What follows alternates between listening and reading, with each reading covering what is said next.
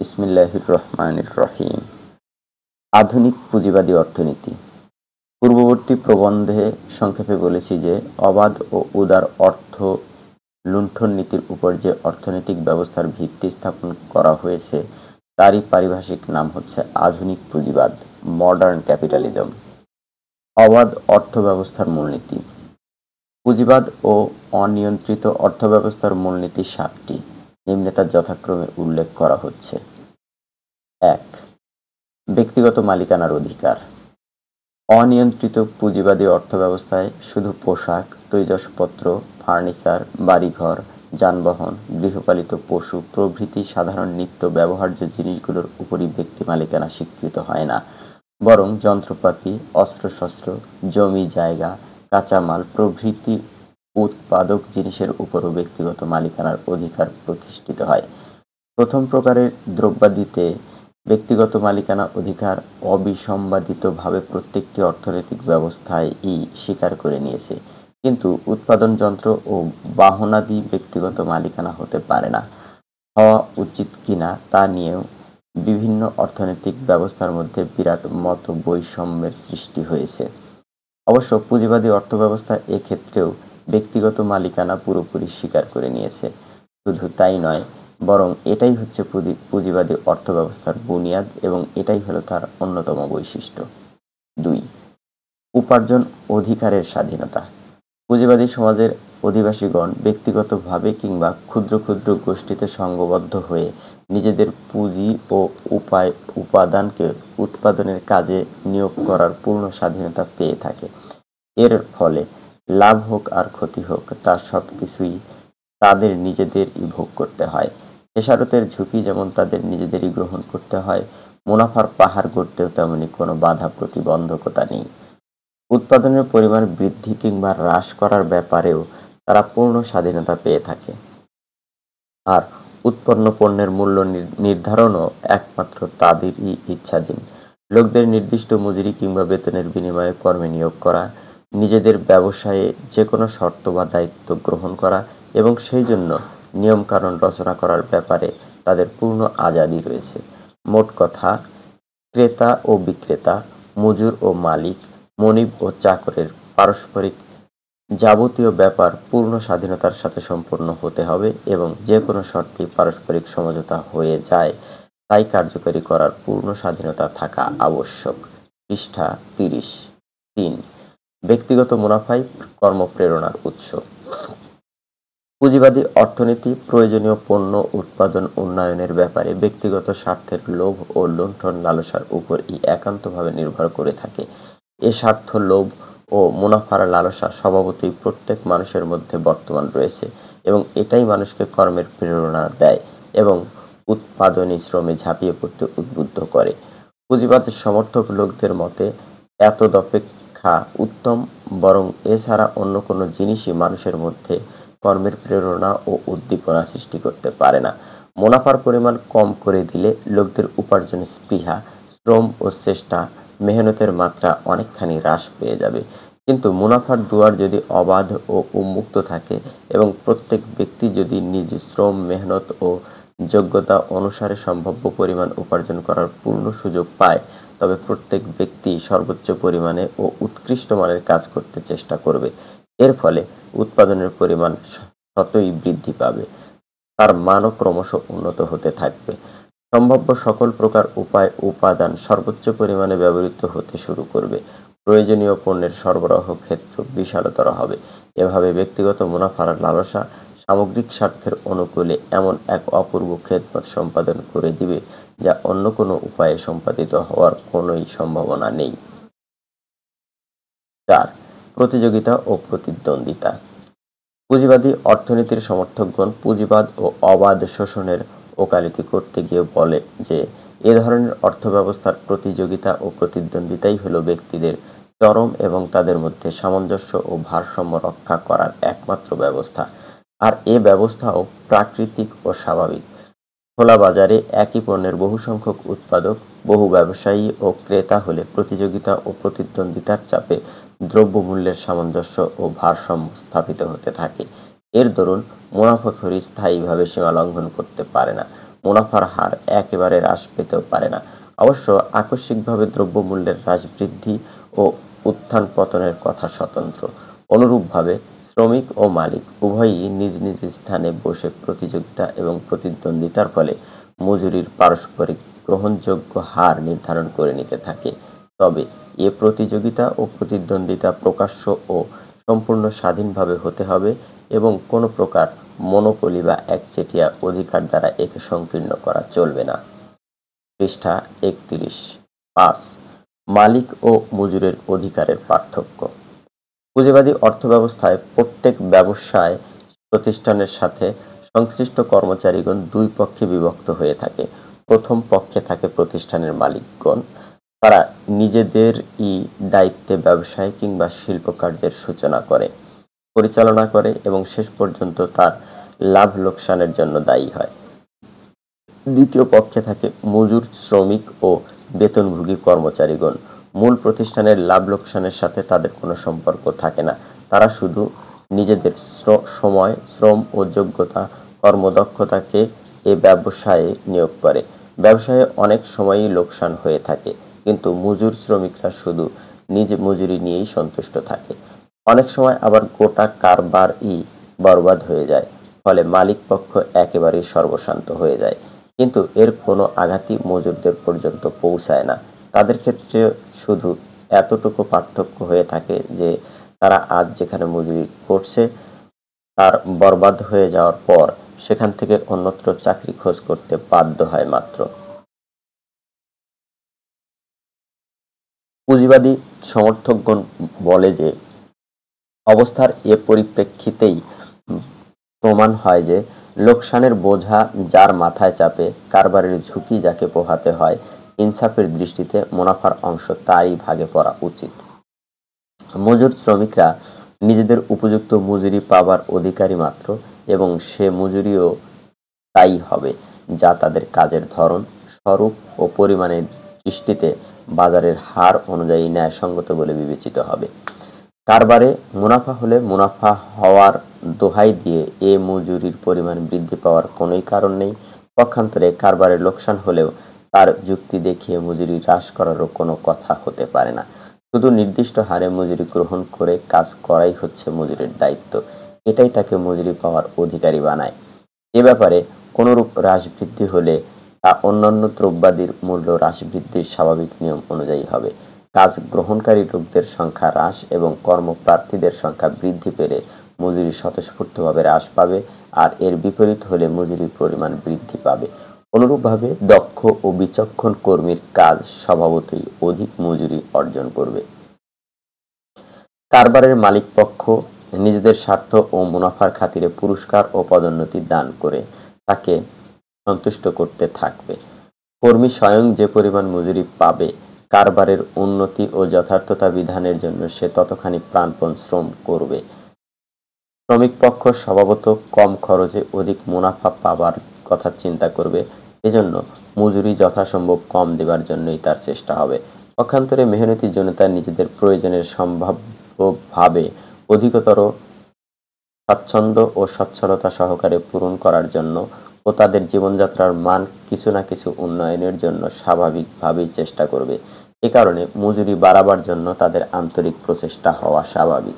এরূপ বিরোধ থেকে স্বভাবতই একটি দ্বন্দ্বের সৃষ্টি হবে, কিন্তু তা সত্ত্বেও দুনিয়ার অন্যান্য নানাবিধ কাজের ন্যায় এ ব্যাপারটিও বহু হ্রাস বৃদ্ধি ও উত্থান পতনের ভিতর দিয়ে অগ্রসর হবে এবং উভয় পক্ষেরই গ্রহণযোগ্য কোনো হার অনুযায়ী মজুরি নির্ধারিত হতে থাকবে।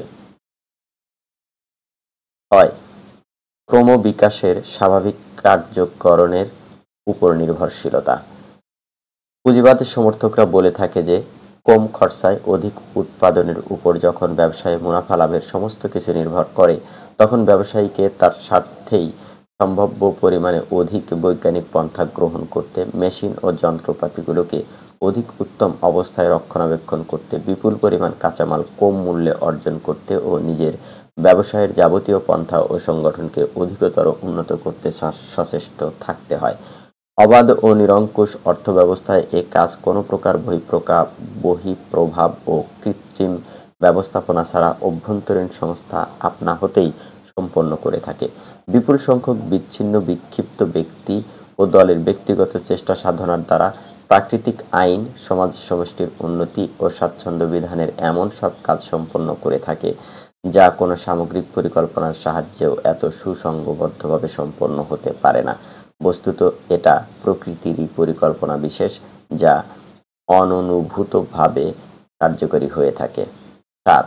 রাষ্ট্র সরকারের নিষ্ক্রিয়তা।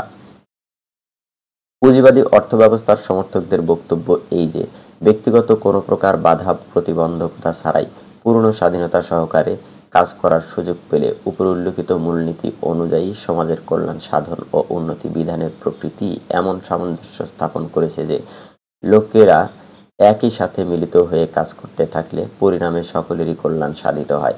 যদিও বাস্তব ক্ষেত্রে তারা প্রত্যেকেই নিজের ব্যক্তিগত স্বার্থের জন্য কাজ করতে থাকে।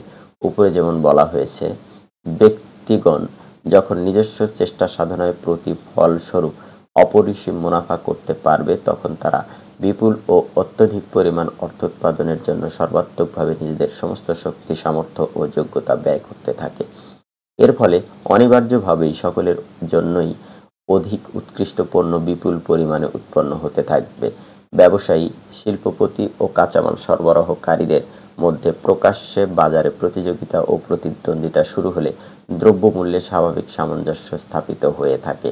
পণ্যের মান স্বতই উন্নত হতে থাকে এবং সমাজের নিকট কোন পণ্যটি কত পরিমাণ প্রয়োজন তা আপনা হতেই জানতে পারা যায়। এ সমস্ত ব্যাপারে ধন উৎপাদনে স্বাভাবিক কর্মধারায় অযথা হস্তক্ষেপ করে এ স্বাভাবিক ভারসাম্য চূর্ণ বিচূর্ণ করে দেয়া রাষ্ট্র সরকারের কিছুতেই উচিত হতে পারে না। বরং ব্যক্তিগত কর্মস্বাধীনতা সংরক্ষণে সর্বাধিক অনুকূল পরিস্থিতি সৃষ্টি করাই তার দায়িত্ব। সারা দেশে শান্তি ও নিরাপত্তা রক্ষা করা তার কর্তব্য। নাগরিকদের ব্যক্তিগত মালিকানার সংরক্ষণ তাকেই করতে হবে। পারস্পরিক চুক্তি ও প্রতিশ্রুতি রক্ষা করার জন্য তাকে আইন ও শাসন প্রয়োগ করতে হবে। বহিরাক্রমণ, বিরুদ্ধতা ও সকল বিপদ হতে দেশ ও দেশের ব্যবসা বাণিজ্য ও ধন সম্পদ রক্ষা করাই হচ্ছে রাষ্ট্রের দায়িত্ব। সুবিচারক, সংরক্ষক ও নিয়ন্ত্রণকারী হওয়ার দায়িত্ব পালনই হচ্ছে রাষ্ট্রের কর্তব্য। তার নিজেরই ব্যবসায়ী, শিল্পপতি ও ভূস্বামী হয়ে বসা কিংবা বারবার প্রতিবন্ধকতা সৃষ্টি করে ব্যবসায়ী, শিল্পপতি ও জমিদারের কাজ ব্যাহত করা কখনোই বাঞ্ছনীয় হতে পারে না। পৃষ্ঠা 33। বিপর্যয়ের কারণ। আধুনিক পুঁজিবাদী অর্থ ব্যবস্থার জন্মকাল থেকেই উল্লিখিত মূলনীতিসমূহ বিশ্ব সমক্ষে পেশ করা হয়েছে, আর তাতে বাড়াবাড়ি থাকা সত্ত্বেও বাস্তবতার দৃষ্টিতে যথেষ্ট সত্যতা নিহিত রয়েছে বলে সারা দুনিয়ায় তা সাধারণত সমর্থিত হয়েছে। বস্তুত তাতে নতুন কথা কিছুই নেই। অজ্ঞাত কাল থেকেই মানবীয় অর্থনীতির কাজ করবার এসব নীতিমালার ভিত্তিতেই সম্পাদিত হয়ে এসেছে। শিল্প বিপ্লবকালীন অর্থনীতিতে কোনো কোনো নীতি প্রয়োগের ব্যাপারে বুর্জোয়া শ্রেণী যে অতিরিক্ত বাড়াবাড়িমূলক কঠোরতা অবলম্বন করেছিল, এক্ষেত্রে একমাত্র তাই ছিল নতুনত্ব। উপরন্তু বুর্জোয়া অর্থনীতি উপরিল্লিখিত স্বাভাবিক মূলনীতির ভিত্তিতে গড়ে ওঠেনি, বরং তার সাথে যথেষ্ট ভুল নীতি সংযোগ করা হয়েছে। এছাড়া স্বাভাবিক অর্থব্যবস্থার জন্য অপরিহার্য কতগুলো জরুরি ভুল নীতিকেও তারা পরিত্যাগ করেছিল। প্রকৃতপক্ষে তা স্বাধীন ও নিরঙ্কুশ অর্থনীতির উপরিল্লিখিত মূলনীতির মতোই সমান গুরুত্বপূর্ণ। তারা নিজেদেরই উপস্থাপিত অনেকগুলো মূলনীতিকে নিতান্ত স্বার্থপরতার বশবর্তী হয়ে অস্বীকার করেছে। এ চারটি জিনিসের সমন্বয়ে পুঁজিবাদী অর্থব্যবস্থায় উদ্ভূত সমস্ত বিপর্যয়ের সৃষ্টি হওয়া সম্ভব হয়েছে এবং এটা এতদূর সাংঘাতিক রূপ ধারণ করেছে যে সমগ্র দুনিয়া তার বিরুদ্ধে চিৎকার করে উঠেছে। পুঁজিবাদী অর্থব্যবস্থার দোষ ত্রুটি সমূহের এক সংক্ষিপ্ত যাচাই ও পর্যালোচনা এখানে পেশ করা হচ্ছে। পৃষ্ঠা 34। ১. অবাধ ও নিরঙ্কুশ অর্থব্যবস্থার সমর্থনে লোকেরা যেসব স্বাভাবিক নিয়ম কানুনের বারবার দোহাই দিয়ে থাকে, তা তাদের উক্তি ও ব্যবহার পদ্ধতি অনুপাতে মোটেই সত্য নয়। লর্ড কিন্স সত্যি বলেছেন যে দুনিয়ায় নৈতিক ও স্বাভাবিক নিয়ম কানুনের এমন কোনো মজবুত শাসন বর্তমান নেই যার দরুন স্বতঃস্ফূর্তভাবেই ব্যক্তি স্বার্থ ও সমাজ স্বার্থের মধ্যে সামঞ্জস্য স্থাপিত হতে পারে। অত্যাধুনিক স্বার্থপরতা সবসময় সামাজিক কল্যাণের জন্য চেষ্টা করে বলে অর্থশাস্ত্রের মূলনীতি হতে এমন কথা আবিষ্কার করা কিছুমাত্র ঠিক নয়। আর স্বার্থপরতা সবসময়ই উদার হয়ে থাকে এ কথা বলাও ঠিক হতে পারে না। কেননা অনেক সময় দেখা যায় ব্যক্তি স্বার্থ উদ্ধারের জন্য চেষ্টানুবর্তী লোক এতদূর অজ্ঞ ও দুর্বল হয়ে থাকে যে তার দ্বারা স্থায়ীভাবে কোনো সামগ্রিক ও জাতীয় স্বার্থ উদ্ধার হওয়া তো দূরের কথা, নিজের স্বার্থটুকু আদায় করতেও সে ব্যর্থ হয়ে যায়। বস্তুত অতিরিক্ত বাড়াবাড়িমূলক কথাগুলো যুক্তির দিক দিয়েই নির্ভুল ছিল না। শুধু তাই নয়, বরং বুর্জোয়া পুঁজিপতিগণ নিজেদের কাজের দ্বারাই প্রমাণ করেছে যে তাদের স্বার্থপরতা কিছুমাত্র উদারতামূলক ছিল না। তারা সাধারণত খরিদ্দার, শ্রমজীবী ও শান্তি নিরাপত্তা স্থাপক সরকার একসাথে এ তিনটির বিরুদ্ধে ঐক্যজোট গড়ে তুলেছে এবং শিল্প বিপ্লবের আসল ফায়দাটুকু সম্পূর্ণরূপে লুটে নেবার জন্য সম্মিলিতভাবে ষড়যন্ত্র করেছে। তাদের পারস্পরিক যোগসাজশী অবাধ নিরঙ্কুশ অর্থনীতির সমর্থনে তাদের উপস্থাপিত সর্বাপেক্ষা বড় যুক্তিটিকেই চূর্ণ-বিচূর্ণ করে দিয়েছে। অর্থাৎ প্রমাণ হয়েছে যে স্বাভাবিক ভাঙা গড়া দ্বারা সকলের মধ্যে মুনাফার ভারসাম্য স্বতই স্থাপিত হয় বলে যে দাবি করা হয়ে থাকে তা সম্পূর্ণরূপে মিথ্যা। এ কারণে অবাধ নিরঙ্কুশ অর্থব্যবস্থার সর্বাপেক্ষা বড় সমর্থক অ্যাডাম স্মিথ শেষ পর্যন্ত বলতে বাধ্য হয়েছেন যে ব্যবসায়ী লোকদের কোথাও একত্রিত হওয়া ও তাদের এ বৈঠকে জনগণের বিরুদ্ধে কোনো ষড়যন্ত্র ও দ্রব্যমূল্য বৃদ্ধির অনুকূলে কোনো প্রস্তাব পাশ না করেই সমাপ্ত হওয়া অত্যন্ত বিরল ঘটনা। এমনকি বিভিন্ন উৎসব অনুষ্ঠানে মিলিত হয়ে বসার সুযোগকেও এরা এ অপরাধমূলক কাজে না লাগিয়ে ছাড়ে না। অনুরূপভাবে ব্যক্তিগত মালিকানা ও স্বাধীন শ্রেষ্ঠাশ্রমের সুযোগে জনগণ কতগুলো অধিকার লাভ করে থাকে যা কোনো ক্রমেই নিয়ন্ত্রিত হওয়া উচিত নয়। পুঁজিবাদ সমর্থকদের এ দাবিও অত্যন্ত বাড়াবাড়ি ও অত্যন্ত অতিশয্যপূর্ণ। এক ব্যক্তি যদি নিজের মালিকানার ক্ষেত্রে মানুষ এমন সব কর্মতৎপরতা গ্রহণ করে যার দ্বারা হাজারো মানুষের জীবন জীবিকা ক্ষতিগ্রস্ত হয়ে পড়ে, অথবা এক ব্যক্তি যদি নিজের ব্যক্তি স্বার্থ উদ্ধারের জন্য চেষ্টা ও কর্মের এমন পন্থা অবলম্বন করে যাতে সমগ্র সমাজের স্বাস্থ্য, চরিত্র, নিরাপত্তা বিঘ্নিত হয়ে পড়ে, তবে তাকে এ ধরনের কাজের জন্য অবাধ নিরঙ্কুশ সুযোগ করে দেয়ার এবং তাকে ব্যক্তিগত অধিকার দ্বারা সমাজের স্বার্থ ক্ষুণ্ণ করা থেকে বিরত রাখার জন্য আইনের প্রয়োগ না করার পশ্চাতে কি যৌক্তিকতা থাকতে পারে? সরকারের নিরপেক্ষতার কথাটিকেও তারা তার সঙ্গত সীমা থেকে এতদূর বাড়িয়ে দিয়েছে যে তার খারাপ প্রতিক্রিয়া না হয়ে পারে না। শক্তিসম্পন্ন ব্যক্তিগণ যদি ঐক্যজোটের মাধ্যমে বিপুল সংখ্যক লোককে শোষণ করতে শুরু করে এবং সরকার তখন নীরব দর্শক হয়ে তামাশা দেখতে থাকে, কিংবা সেই শক্তিমানদের এই স্বার্থ সংরক্ষণ করতে শুরু করে, তবে তার অনিবার্য ফলস্বরূপ তীব্র প্রতিক্রিয়া দেখা দেয়া একেবারেই স্বাভাবিক। আর এ ধরনের প্রতিক্রিয়া দেখা দিলে তা সবসময়ই যে সঙ্গত নিয়মতান্ত্রিক পন্থার অনুসারী হবে এমন কোনো কথা নেই। পৃষ্ঠা ৩৫-২। বিশেষত শিল্প বিপ্লবের যুগে অবাধ নিরঙ্কুশ ব্যবস্থার মূলনীতি সমূহের এতদূর অতিশয্য ও বাড়াবাড়ি অত্যন্ত ভুল ছিল, সন্দেহ নেই। শিল্প বিপ্লবের কারণে উৎপাদন পদ্ধতিতে মৌলিক পরিবর্তন সূচিত হয়েছিল। পূর্বে যেখানে মানবীয় ও পশু শক্তি ব্যবহার হতো, শিল্প বিপ্লবের যুগে সেখানে যন্ত্র ব্যবহৃত হতে লাগলো। একটি মেশিন স্থাপিত হওয়ার ফলে 10 ব্যক্তি সহস্র ব্যক্তির কাজ সম্পন্ন করতে লাগলো। এ ধরনের উৎপাদন পদ্ধতি স্বভাবতই মুষ্টিমেয় লোকদের কর্মসংস্থান করে ও হাজার মানুষকে করে বেকার সমস্যার সম্মুখীন। এ ধরনের উৎপাদন পদ্ধতির ক্ষেত্রে ব্যক্তিগত মালিকানা ও স্বাধীন অবাধ চেষ্টা সংগ্রামের অধিকার এবং সরকারের নিরপেক্ষ নীতি অবলম্বনের দাবি নীতিগতভাবে অন্যায়। এক ব্যক্তি কিংবা একটি দল নিজস্ব উপাদানের জোরে হঠাৎ এক বিরাট কারখানা খুলে বসে, কিন্তু এর দরুন ব্যক্তি পর্যায়ে ও ক্ষুদ্র আকারের উৎপাদক হাজার হাজার কর্মজীবীর জীবনে যে কিরকম বিপর্যয় ডেকে এনেছে সে তার বিন্দুমাত্র পরোয়া করে না।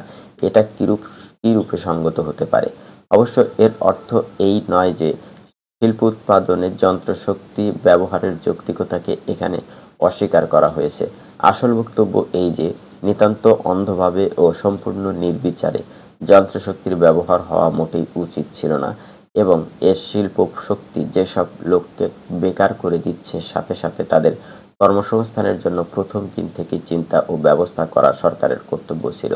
কিন্তু এরূপ কোনো ব্যবস্থা না হওয়ার দরুন যান্ত্রিক উৎপাদন পদ্ধতি সক্রিয় হওয়ার সাথে সাথেই মানব সমাজে এমন একটি বিরাট ও স্থায়ী সমস্যা হিসেবে বেকার সমস্যা দেখা দিল যে পূর্বের ইতিহাস এ ধরনের অবস্থার সাথে কিছুমাত্র পরিচিত ছিল না। একথা সর্বজন বিদিত যে বেকারত্ব কোনো একটি বিশেষ জিনিসের নাম নয়, বরং তা হচ্ছে মানুষের জৈবিক, আধ্যাত্মিক, নৈতিক ও তামাদ্দনিক জীবনের অসংখ্য প্রকার জটিল সমস্যার আদি পিতা। কিন্তু জিজ্ঞাস্য এই যে এক ব্যক্তি কিংবা মুষ্টিমেয় কয়েকজন লোক নিজস্ব মালিকানার ক্ষেত্রে এমন কর্মতৎপরতা গ্রহণের কি অধিকার পেতে পারে যার দরুন সমাজ জীবনে এত বড় মারাত্মক জটিলতার সৃষ্টি হয়, এবং কোনো বুদ্ধিমান ব্যক্তি এ ধরনের পদক্ষেপকে সামগ্রিক স্বার্থ সংরক্ষণকারী এবং ব্যক্তিগত পর্যায়ে উদার ও নির্দোষ স্বার্থপরতা বলে অভিহিত করার সাহস করতে পারে? উপরন্তু এ ধরনের ব্যক্তিগত স্বেচ্ছাচারিতাকে অবাধ ও প্রকাশ্য সুযোগ দান করে জাতীয় সরকারের নীরব নিষ্ক্রিয় হয়ে থাকা এবং মুষ্টিমেয় লোকদের কর্মতৎপরতার ফলে গোটা জাতির জীবনে যে কি সাংঘাতিক বিপর্যয় নেমে আসতে পারে তা একটুও চিন্তা না করা যে কতখানি মারাত্মক নির্বুদ্ধিতা তা বলে শেষ করা যায় না। ৩ পৃষ্ঠা ৩৬। এভাবে যান্ত্রিক ও উৎপাদন যখন লক্ষ লক্ষ মানুষকে বেকার করে দিল এবং তারা নিজেদের গ্রাম, পল্লী, মহল্লা ও বস্তি থেকে নির্গত হয়ে বড় বড় কারখানা মালিক ও ব্যবসায়ীর নিকট চাকরি ও মজুরি করার সুযোগ সন্ধানে ধর্ণা দিতে লাগল, তখন এ মৃত্যু পথযাত্রী লোকেরা রুজি রুটির জন্য পুঁজিবাদীদের নির্দিষ্ট নিম্নতম হারে মজুরি পেয়ে দিনরাত হাড়ভাঙা পরিশ্রম করতে বাধ্য হলো। কিন্তু তবুও সমস্ত বেকার লোকেরা কাজ পেল না। তখন একটি বিরাট অংশ স্থায়ীভাবে বেকার হয়ে রইল, আর যারা কাজ পেল তাদেরও পুঁজিবাদীদের সাথে দর কষাকষি করে কোনো ভালো শর্তে চুক্তিবদ্ধ হওয়ার ও কোনো সামর্থ্য ছিল না, কেননা তারা নিজেরাই অসহায় অবস্থায় রুজির সন্ধানে বের হয়েছিল। পুঁজিবাদীদের মর্জি মাফিক শর্ত না মেনে নিলে রাতের বেলার রুটির কোনো ব্যবস্থাই ছিল না। তা সত্ত্বেও কিছু দর কষাকষি করলে এ সুযোগটিও কেড়ে নেবার জন্য অন্যান্য হাজার ক্ষুধাক্লিষ্ট শ্রমজীবী উন্মুখ হয়ে বসেছিল। অবাধ প্রতিযোগিতার পরিবেশে শ্রমিক ও মালিকের মধ্যে উপযুক্ত সুবিচারপূর্ণ মজুরি ভাঙা গড়ার মাধ্যমে আপনি নির্দিষ্ট হয়ে যায় বলে পুঁজিবাদ সমর্থকগণ যে যুক্তি পেশ করে থাকে তার অন্তঃসার শূন্যতা এভাবেই জনসমক্ষে প্রমাণিত হয়ে পড়ে। কেননা এখানে প্রকৃতপক্ষে প্রতিযোগিতার যে সুযোগ রয়েছে তা মোটেই অবাধ ও উন্মুক্ত নয়। এখানে এক ব্যক্তি হাজার হাজার মানুষের রুটি রুজির যাবতীয় উপায় উপাদান পূর্বাহ্নেই নিরঙ্কুশভাবে দখল করে বসে আছে, আর হাজার হাজার শ্রমজীবী যখন অনশন ক্লিষ্ট হয়ে ছটফট করতে করতে তার দরবারে এসে পৌঁছল, তখন সে তাদের সকলকে নয়, মাত্র দশমাংশ কিংবা তার দ্বিগুণ কর্মপ্রার্থীকে চাকরি দান করল। এরূপ অবস্থায় মজুরি নির্ধারণের সমস্ত ক্ষমতা এক পক্ষেরই কুক্ষিগত হয়ে থাকে এবং হাজার হাজার কর্মপ্রার্থীর মধ্যে কেউই নিজের ইচ্ছানুরূপ শর্তে মালিক পক্ষকে রাজি করাবার সামর্থ্য রাখে না। এ কারণে এ শিল্প বিপ্লবের যুগে আধুনিক পুঁজিবাদের প্রসার লাভ করার সাথে সাথে সমাজে বেকার সমস্যা ছাড়াও দারিদ্র্য ও অভাব অনটনের মুসিবত সাংঘাতিক রূপ ধারণ করে চলেছে। বড় বড় শিল্প ও ব্যবসায় কেন্দ্রে মজুরি ও চাকরি লাভের জন্য যারা সমবেত হয়েছে তাদেরকে অতি নগণ্য পরিমাণ মজুরির বিনিময়ে অত্যধিক শ্রম ও সময় দানে বাধ্য হতে হয়েছে। প্রকৃতপক্ষে তারা নিতান্ত জন্তু জানোয়ারের ন্যায় শ্রম করতে শুরু করলো। শহরের সংকীর্ণ ও অন্ধকারাচ্ছন্ন পায়রার খোপের ন্যায় বাড়ি ঘরে বসবাস করতে লাগলো। ফলে তাদের স্বাস্থ্য ভেঙে পড়তে শুরু করলো, সাথে সাথে তাদের মনোভাব মনোবৃত্তি অবর্ণনীয়ভাবে নীচ হয়ে পড়তে লাগলো। চারিদিকে এক আত্মকেন্দ্রিক ও চরম স্বার্থপরতার পঙ্কিল পরিবেশ গড়ে উঠল। পিতা ও পুত্রের মধ্যে শ্রদ্ধা, স্নেহ ও সহানুভূতির কোনো অস্তিত্ব বাকি রইল না। পিতামাতার পক্ষে সন্তান এবং স্বামীদের পক্ষে স্ত্রীগণ এক দুরূহ বোঝা স্বরূপ হয়ে বসল। মোট কথা, এ ভ্রান্ত এক দেশদর্শী অবাধ নিরঙ্কুশ অর্থব্যবস্থার বিষক্রিয়া জীবনের প্রত্যেকটি বিভাগকেই মারাত্মক রূপে জর্জরিত ও বিপর্যস্ত করে তুলেছে। পৃষ্ঠা ৩৭। ৪ তার উপর মজার ব্যাপার এই যে অসীম উদারতা ও গণতন্ত্রের এ দাবিদারগণ যারা ভূমি মালিকদের বিরুদ্ধে লড়াই ঝগড়া করে নিজেদের ভোটাধিকার স্বীকৃত করে নিয়েছিল, যারা লক্ষ কোটি মানুষের রুটি রুজির একচ্ছত্র মালিক ও মোক্তার হয়ে বসেছিল, তারা সেই লক্ষ কোটি জনগণের সামান্য ভোটাধিকার পর্যন্ত দিতে প্রস্তুত হয়নি। তারা একই পেশার ব্যবসায় মালিকদের নিজস্ব সমিতি গঠন করার, দ্রব্যমূল্য, কর্মচারীদের বেতন ও শ্রমিকদের মজুরি নির্ধারণ করার অধিকার পুরোপুরি ভোগ করে থাকে, কিন্তু চাকরিজীবী ও মজুরদেরকে সংঘবদ্ধ হবার এবং সম্মিলিতভাবে মজুরি ও বেতনের হার নির্ধারণের জন্য প্রচেষ্টা চালাবার অধিকার মোটেই দিতে প্রস্তুত নয়।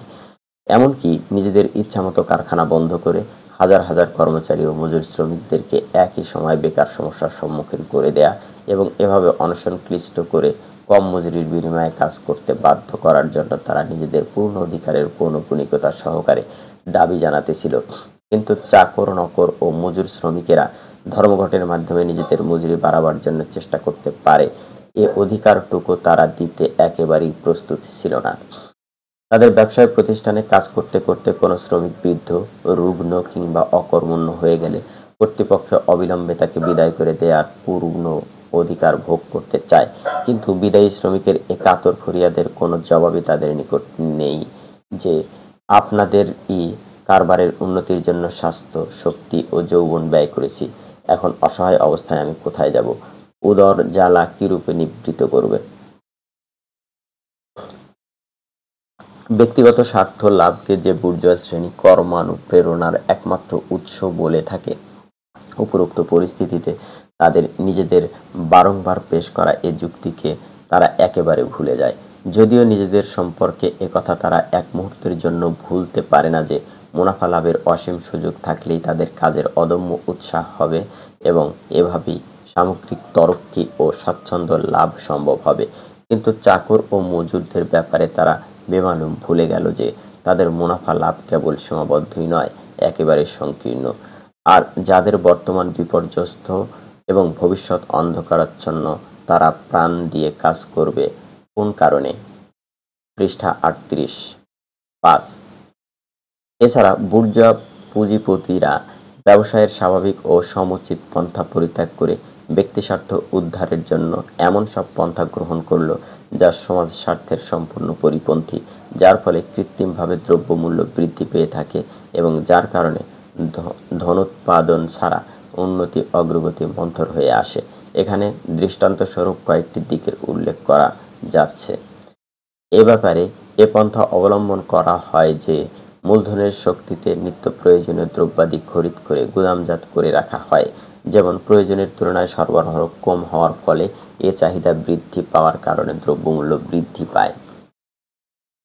এ পন্থাও কার্যকরী রয়েছে যে পণ্যের আসল উৎপাদক ও আসল ক্রেতাদের মধ্যে বসে অসংখ্য মানুষ শুধু ব্যাংকের টাকা ও টেলিফোন ব্যবহার করে অদৃশ্য উপায়ে দ্রব্য ক্রয় ও বিক্রয় করতে থাকে। দ্রব্যমূল্য অত্যধিক বৃদ্ধি পেয়ে যায়, অথচ মধ্যবর্তী লোকেরা পণ্য উৎপাদনে, আমদানি রপ্তানি করা কিংবা তাকে ব্যবহার উপযোগী করে তোলার ব্যাপারে তাদের কোনোই যোগাযোগ থাকে না। কাজেই এটা থেকে মুনাফা লুটার ও তাদের কোনো বৈধ অধিকার থাকতে পারে না।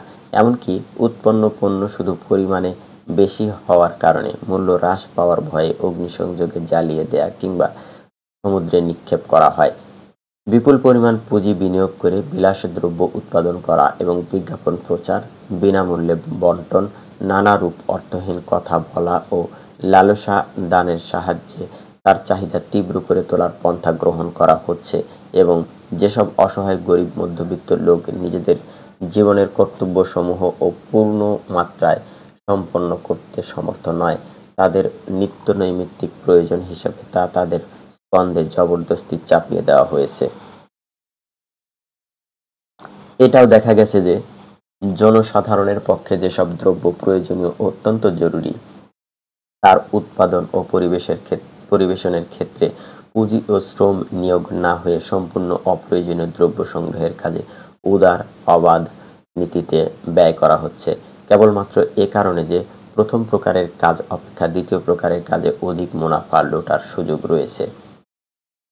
পুঁজিবাদী সমাজে এক ব্যক্তি কিংবা একটি দল স্বাস্থ্য, চরিত্র ও সভ্যতা সংস্কৃতির পক্ষে অত্যন্ত মারাত্মক পণ্যকে শুধু পুঁজির জোরে আকর্ষণীয় ও চাকচিক্যময় করে তোলে। প্রকাশ্যভাবে জনগণের নিম্ন শ্রেণীর লালসাকে উত্তেজিত করে তাদের দ্বারা এ জিনিস ক্রয় করানো হয় এবং পরিণামে তাদেরকে একেবারে দেউলিয়ার খাতায় নাম লিখতে বাধ্য করা হয়, এমনকি শেষ পর্যন্ত তারা নিজের ও পরিবারবর্গকে পেট ভরে খাদ্য দিতেও অসমর্থ হয়ে পড়ে। সর্বাপেক্ষা মারাত্মক ও ধ্বংসাত্মক পন্থা অবলম্বন করা হয় যে নিজেদের ব্যবসায়ী ও আর্থিক স্বার্থ লাভের জন্য বিভিন্ন দুর্বল জাতির স্বাভাবিক অধিকারসমূহ হরণ করা হয়।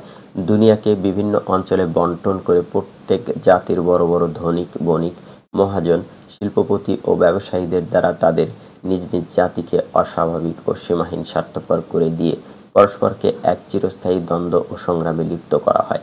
ফলে না যুদ্ধ করে এ পরিস্থিতিকে আয়ত্তাধীন করা যেতে পারে, না সন্ধি চুক্তির মারফতে। উপরোক্ত আলোচনার পরিপ্রেক্ষিতে প্রশ্ন করা যায় যে ব্যক্তিদেরকে ব্যক্তি স্বার্থের জন্য স্বাধীন ও নিরঙ্কুশভাবে কাজ করার সুযোগ দিলে সামগ্রিক স্বার্থের জন্য কাজ সতই সম্পন্ন হবে বলে কোনো আশা করা যেতে পারে কি?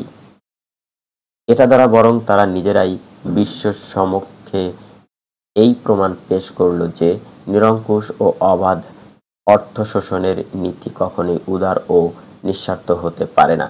বিশেষত অর্থনৈতিক ও রাজনৈতিক শক্তিও যদি এককেন্দ্রীভূত হয় আর তারা নিজেরাই যদি আইন প্রণেতাও হয়, তবে ব্যক্তিদের বেশিরভাগ প্রচেষ্টায় সামাজিক স্বার্থে নিযুক্ত হবে না, বরং জাতি ও সমষ্টির স্বার্থই ব্যক্তি স্বার্থের অগ্নিযজ্ঞে আত্মাহুতি দিতে বাধ্য হবে। পৃষ্ঠা 40। 6. এসব বিপর্যয়কারী কর্মকাণ্ডের উপর পুঁজিবাদীগণ অপর একটি মারাত্মক নীতি অবলম্বন করেছে। তারা সমাজের ব্যক্তিগণকে পুঁজি সংগ্রহ করে তার সুদের ভিত্তিতে লগ্নি করার অবাধ অধিকার দান করেছে। একটি ঘৃণ্য পাপ প্রথা হিসেবে দুনিয়ায় প্রায় সমাজেই সুদ প্রথা চিরদিন চালু রয়েছে। দুনিয়ার আইন কানুনও অনেক সময় ঘৃণা সহকারে তাকে বরদাস্ত করেছে।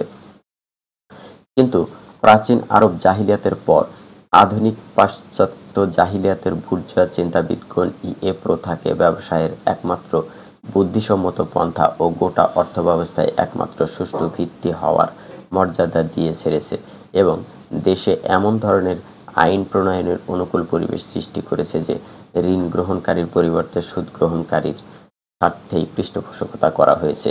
এ বিরাট ভুল ও তার পরিণতি সম্পর্কে বিস্তারিত আলোচনা অন্যত্র করা যাবে, কিন্তু প্রসঙ্গত এখানে সংক্ষেপে এ ইঙ্গিত করাই যথেষ্ট হবে যে সুদে ঋণদান, ঋণ গ্রহণ ও আর্থিক ভিত্তিরূপে গ্রহণ করার ফল এই হল যে অবাধ শিল্প বিপ্লবের কারণে শক্তি, সম্পদ, প্রভাব প্রতিপত্তি, সকল স্বার্থ ও মুনাফার স্রোত পূর্বাপেক্ষায় ও অধিকতর তীব্র উদ্বেগে প্রবাহিত হতে শুরু করেছে এবং এর পরিণতি স্বরূপ সমাজ জীবনের ভারসাম্যহীনতার চূড়ান্ত পর্যায়ে পৌঁছেছে। অতঃপর যারা কোনো না কোনো উপায়ে কিছু কিছু ধনসম্পদ করে বসতে পেরেছে, সমাজের মধ্যে তারাই সৌভাগ্যের অধিকারী হয়ে বসেছে। যে ব্যক্তি সুদভিত্তিক ব্যবসায়ে মূলধন নিয়োগ করতে সমর্থ হয়ে নিশ্চিন্তে ঘরে বসেছে, তার তুলনায় অধিক মেধাসম্পন্ন, শ্রম মেহনতকারী, ব্যবসায়ী, পরিকল্পনা রচনাকারী ও সংগঠন প্রতিষ্ঠানকারী এবং প্রাণপণ খেটে সকল অবস্থায় ব্যবসায় পরিচালনাকারী ও প্রয়োজনীয় পণ্যের উৎপাদন ও সরবরাহের যাবতীয় কার্য সম্পাদনকারী লোকেরা একেবারে হীন, উপেক্ষণীয় হয়ে বসল। কেননা এ সমস্ত কাজের মুনাফা একেবারে অনিশ্চিত ও অনির্দিষ্ট, কিন্তু সুদী কাজের মুনাফা নির্দিষ্ট এবং সর্বতোভাবে অবধারিত। উল্লেখিত কার্যাবলীতে ক্ষতির সম্ভাবনা রয়েছে, কিন্তু প্রথমোক্ত কাজে নির্দিষ্ট ও খাঁটি মুনাফা একেবারে নিশ্চিত। ওইসব লোক ব্যবসায়ের ভালোমন্দ ও উন্নতি অবনতির বিষয়ে চিন্তা করতে বাধ্য, কিন্তু সুদী কারবারি ব্যক্তি কেবলমাত্র সুদ সম্বন্ধে আগ্রহান্বিত। ব্যবসায়ে উন্নতি পরিলক্ষিত হলে সে তাতে অকুণ্ঠিত চিত্তে মূলধন বিনিয়োগ করতে থাকে, এমনকি শেষ পর্যন্ত যখন মুনাফা লাভের সমস্ত সম্ভাবনা লোপ পেয়ে যায়, ব্যবসায় মন্দা হয়ে আসে, তখন সে সাহায্যের হাত প্রসারিত করে না, বরং পূর্বে নিয়োগকৃত মূলধন ফেরত নিতে শুরু করে।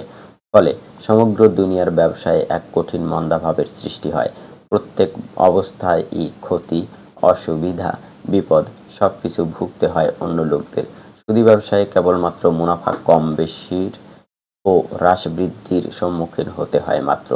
ব্যবসায়ী, শিল্পপতি ও জমিদারি নয়, দেশীয় সরকারসমূহ পর্যন্ত তার গোলাম হয়ে বসে। গভর্নমেন্ট তারই দেয়া টাকা দ্বারা রাস্তাঘাট, পুল নির্মাণ, খাল খনন ও অন্যান্য উন্নয়নমূলক কাজ করে এবং শুধু কয়েক বছর পর্যন্ত নয়, কয়েক শতাব্দী পর্যন্ত এক এক ব্যক্তির নিকট থেকে কর আদায় করে তার বাড়ি পর্যন্ত পৌঁছে দেয়া হয়।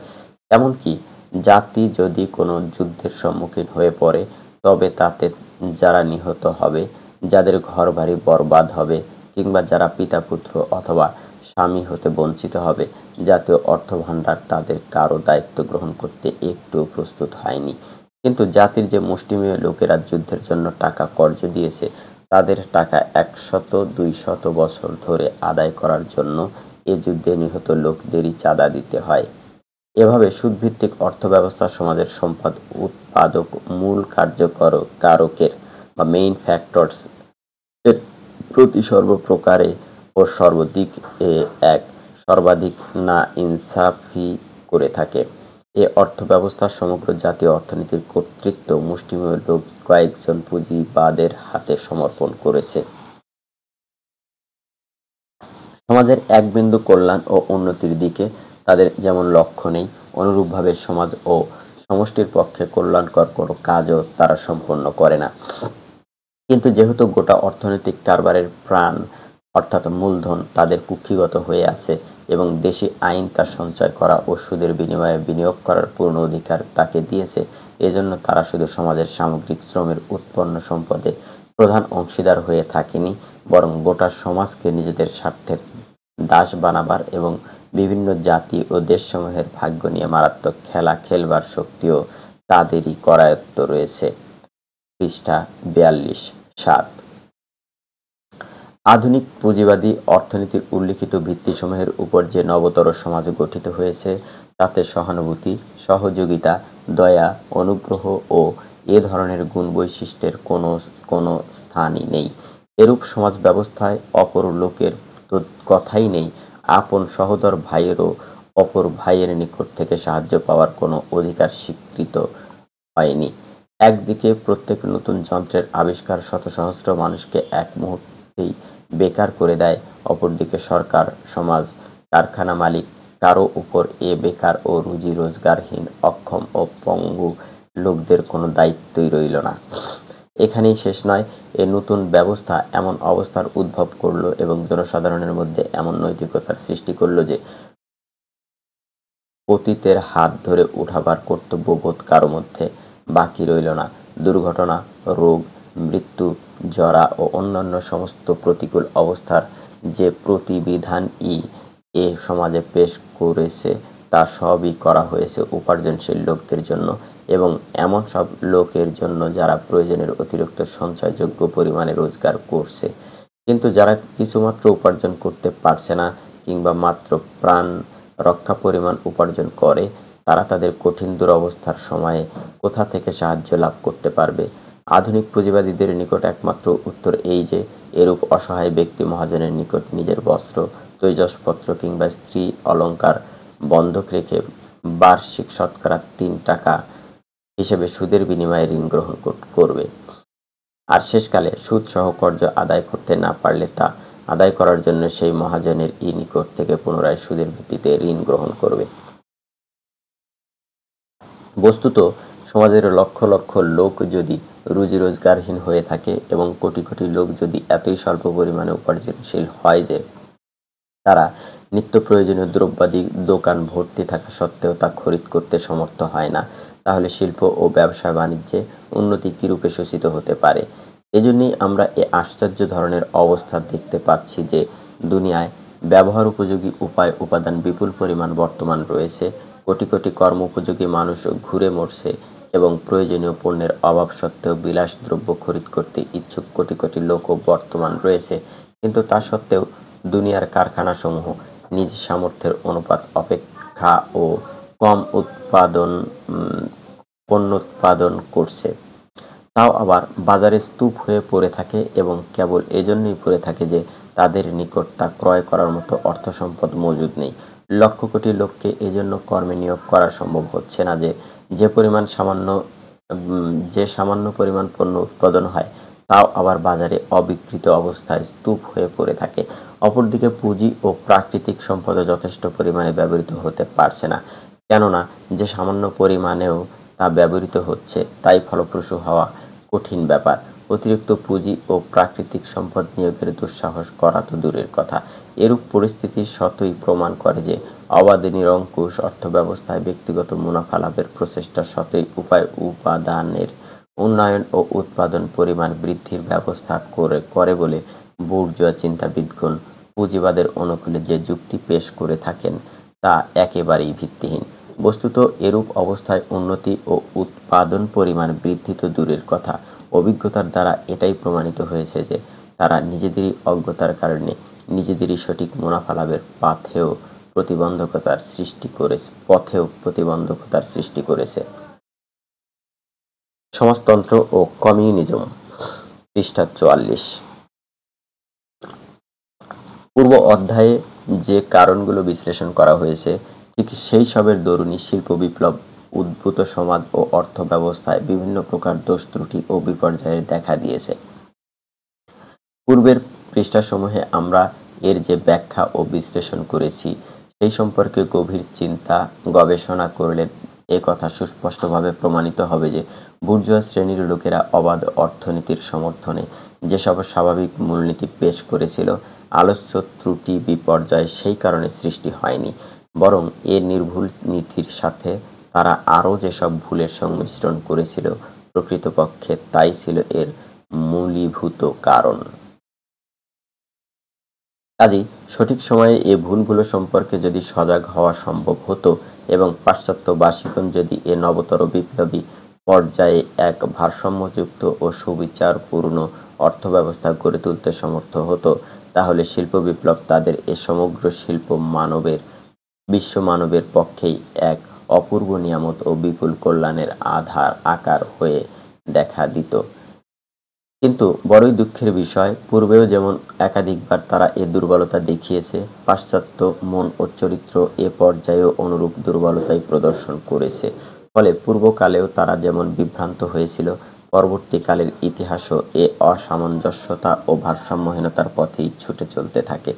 জমির মালিক, গির্জার পরিচালক ও কর্তা এবং রাজবংশসমূহ পূর্বে যে স্থানে দাঁড়িয়ে গোঁড়ামি, জুলুম ও অবাঞ্ছনীয় বাড়াবাড়ি করত, বুর্জোয়া শ্রেণী বর্তমানে ঠিক সেই স্থানই দখল করে বসেছে এবং পূর্বে বুর্জোয়াগণ যে অবস্থায় পড়ে অধিকার দাবি, অভিযোগ এবং ক্রোধ ও প্রতিবাদের প্রতিমূর্তি হয়ে দাঁড়িয়েছিল, বর্তমানে সেই স্থান দখল করেছে শ্রমজীবী জনসাধারণ।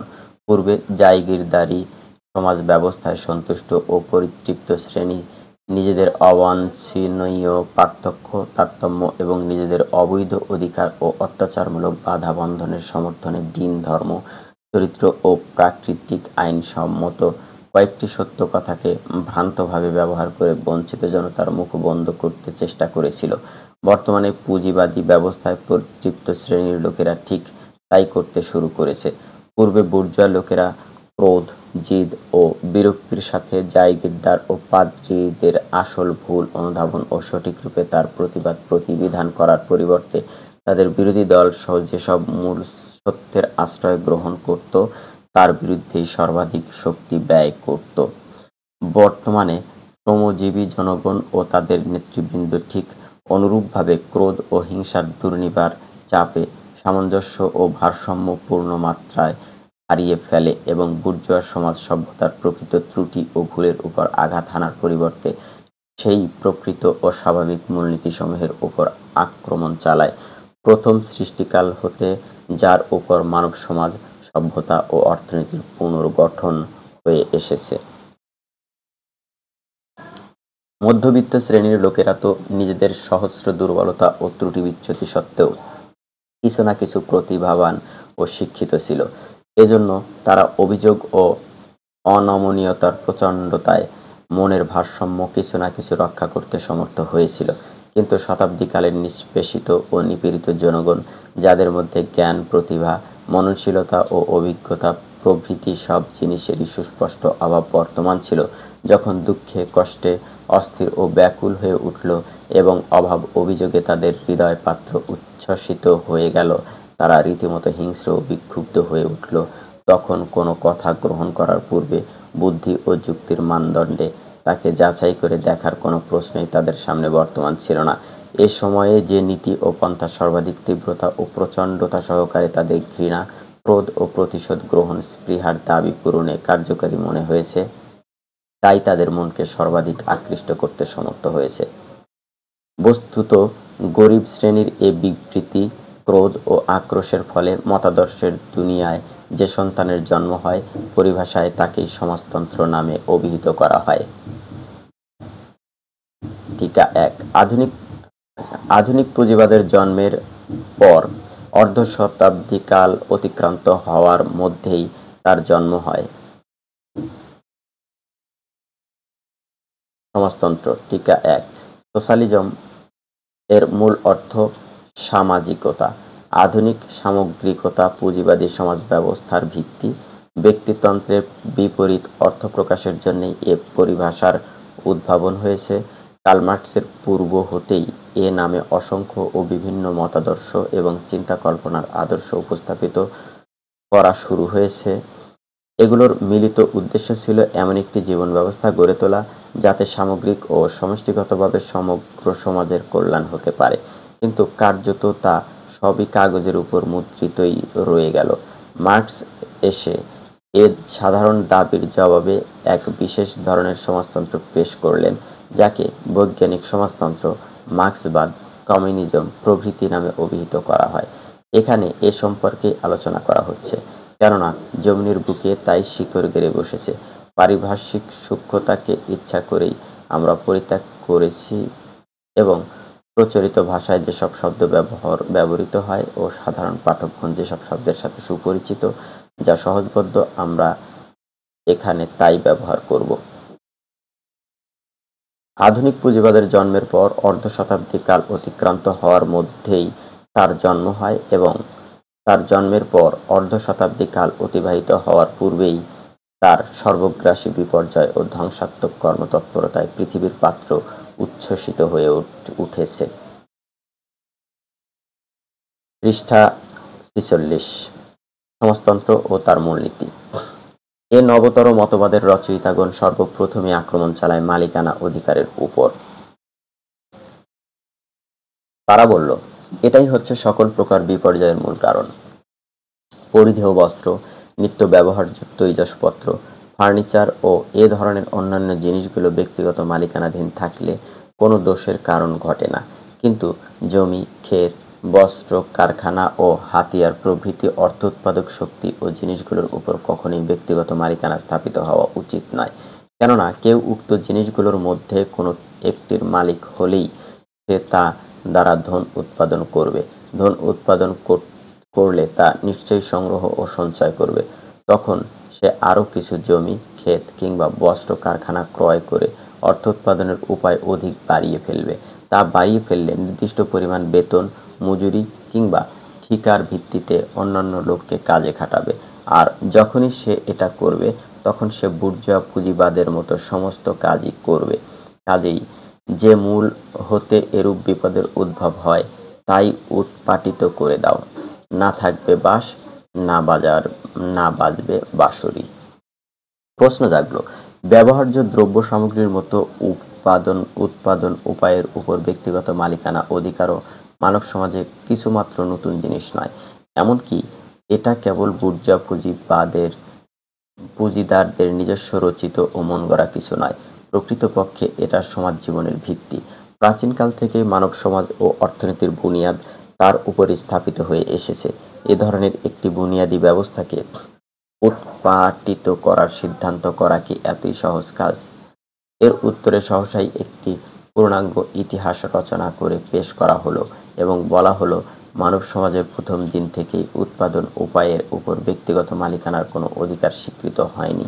পরবর্তীকালের শক্তিমান শ্রেণীর লোকেরা নিজেদের স্বার্থের বশবর্তী হয়েই এটা সমাজ বুকে প্রতিষ্ঠিত করেছে মাত্র।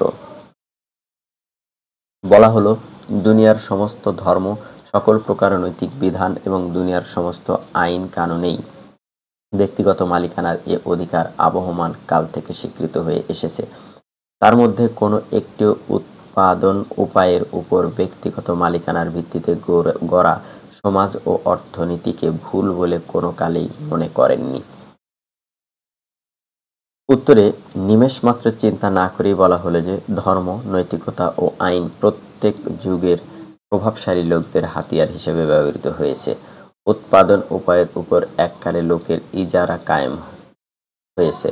তাদের নিজেদের এ একচেটিয়া মালিকানাকে সুরক্ষিত ও সুদৃঢ় করে রাখার জন্য কিছু মতবাদ, কিছু রীতিনীতি ও আইন বিধানের প্রয়োজন দেখা দেয়, যারা এগুলোকে তাদের মতলব মতো রচনা করে পেশ করল, যারা সমাজের নবী, পয়গম্বর, মুনি ঋষি, নৈতিকতার শিক্ষক এবং শরিয়াত দাতা ও আইন রচয়িতার মর্যাদা লাভ করল।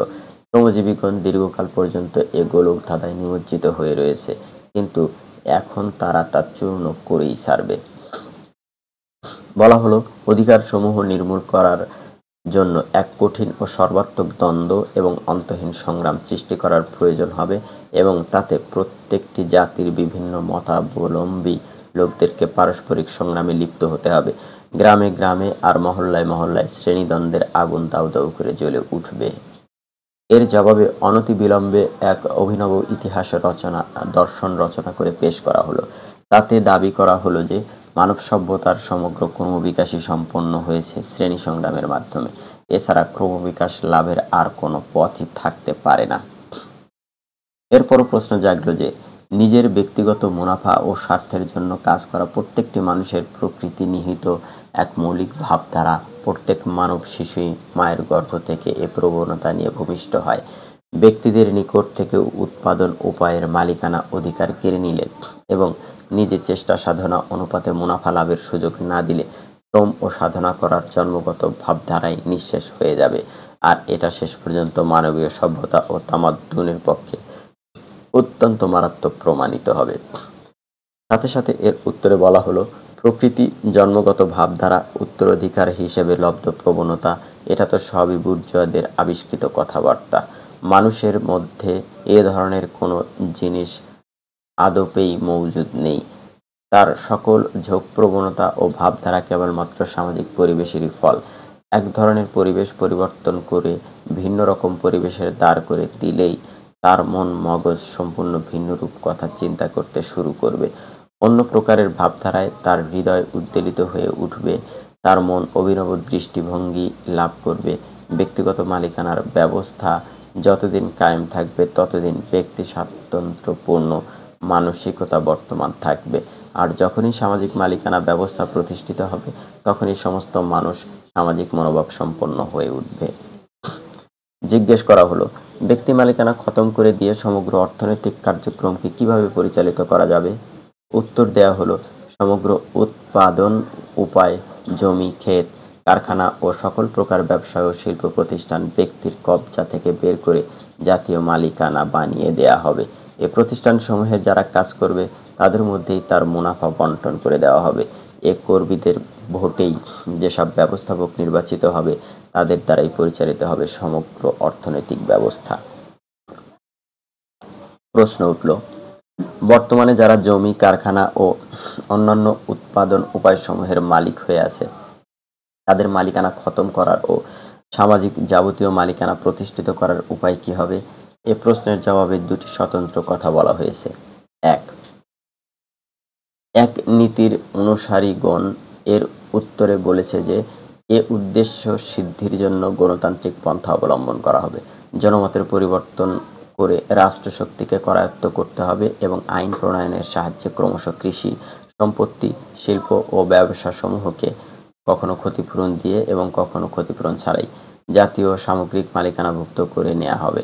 এ মতাবলম্বী লোকদেরকেই বিশেষভাবে সোশ্যালিস্ট বা সমাজতন্ত্রবাদী বলা হয়। কখনো এ মতকে বলা হয় ক্রমবিকাশমান সমাজতন্ত্র। 2. অপর মতাবলম্বীগণ মনে করে গণতান্ত্রিক কার্যক্রম কোনো মৌলিক পরিবর্তন সূচিত করতে পারে না। সেই জন্য আবশ্যক এবং অপরিহার্য হচ্ছে বিপ্লবাত্মক কর্মসূচি। নিঃস্ব শ্রমজীবী জনতাকে সংঘবদ্ধ করা হবে। মালিক শ্রেণীর বিরুদ্ধে সম্ভাব্য সকল উপায় ও পন্থায় যুদ্ধ ও সংগ্রাম করা হবে। বুর্জোয়া সরকারের ভিত্তি উৎপাটন করা হবে এবং মজুর মেহনতি লোকদের ডিক্টেটরি শাসন কায়েম করা হবে। অতঃপর জমির মালিকদের থেকে জমি, কারখানার মালিকদের থেকে কারখানা এবং ব্যবসায়ীদের হাত থেকে ব্যবসা প্রতিষ্ঠান সমূহ বলপূর্বক কেড়ে নেওয়া হবে। এ উদ্দেশ্যের পথে যে বাধা দিতে আসবে তাকে ধ্বংসের করাল গ্রাসে নিক্ষেপ করা হবে।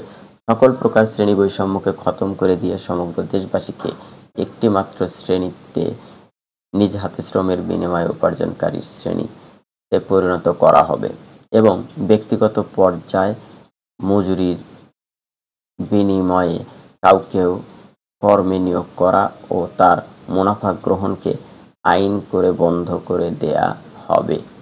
টিকা 1। মনে রাখতে হবে যে কমিউনিস্ট মতবাদের দৃষ্টিতে কোনো দর্জি বা বাবুর্চি ব্যক্তিগতভাবে কাপড় সেলাই করে কিংবা রুটি তৈরি করে অপরকে দিলে এ কাজে সঙ্গত হবে, কিন্তু সে যদি কাউকেও মজুরি বা বেতনের বিনিময়ে নিযুক্ত করে এবং নিজের এ কাজে তার সাহায্য গ্রহণ করে তবে তখনই সে বুর্জোয়া হয়ে যাবে। তার সমস্ত কাজ এমন এক কঠিন অপরাধে পরিণত হবে যার কমসে কম দণ্ড হচ্ছে সম্পত্তি বাজেয়াপ্তকরণ।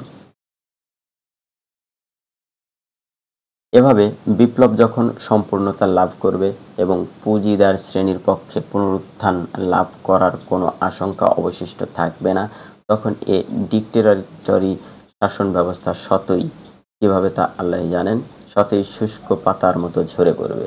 অতঃপর আপনা থেকেই, কিন্তু কিভাবে, আপনা থেকেই এমন একটি রাষ্ট্র ব্যবস্থা তার স্থান অধিকার করে বসবে যেখানে সরকার যন্ত্র ও বল প্রয়োগ ছাড়াই জীবনের সমগ্র বিভাগ লোকদের পারস্পরিক ইচ্ছা, সন্তোষ, পরামর্শ ও সহযোগিতার ভিত্তিতে সুন্দররূপে চলতে থাকবে।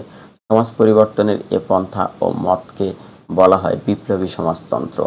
একে বলশেভিকবাদ নামে অভিহিত করা হয়।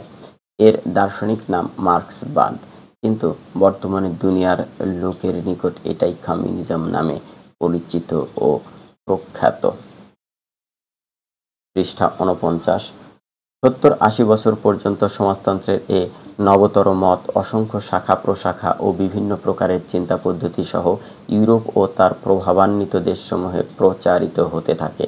প্রথম দিক থেকে এটা ছিল কয়েকজন বিভ্রান্ত লোকের পাগলামি।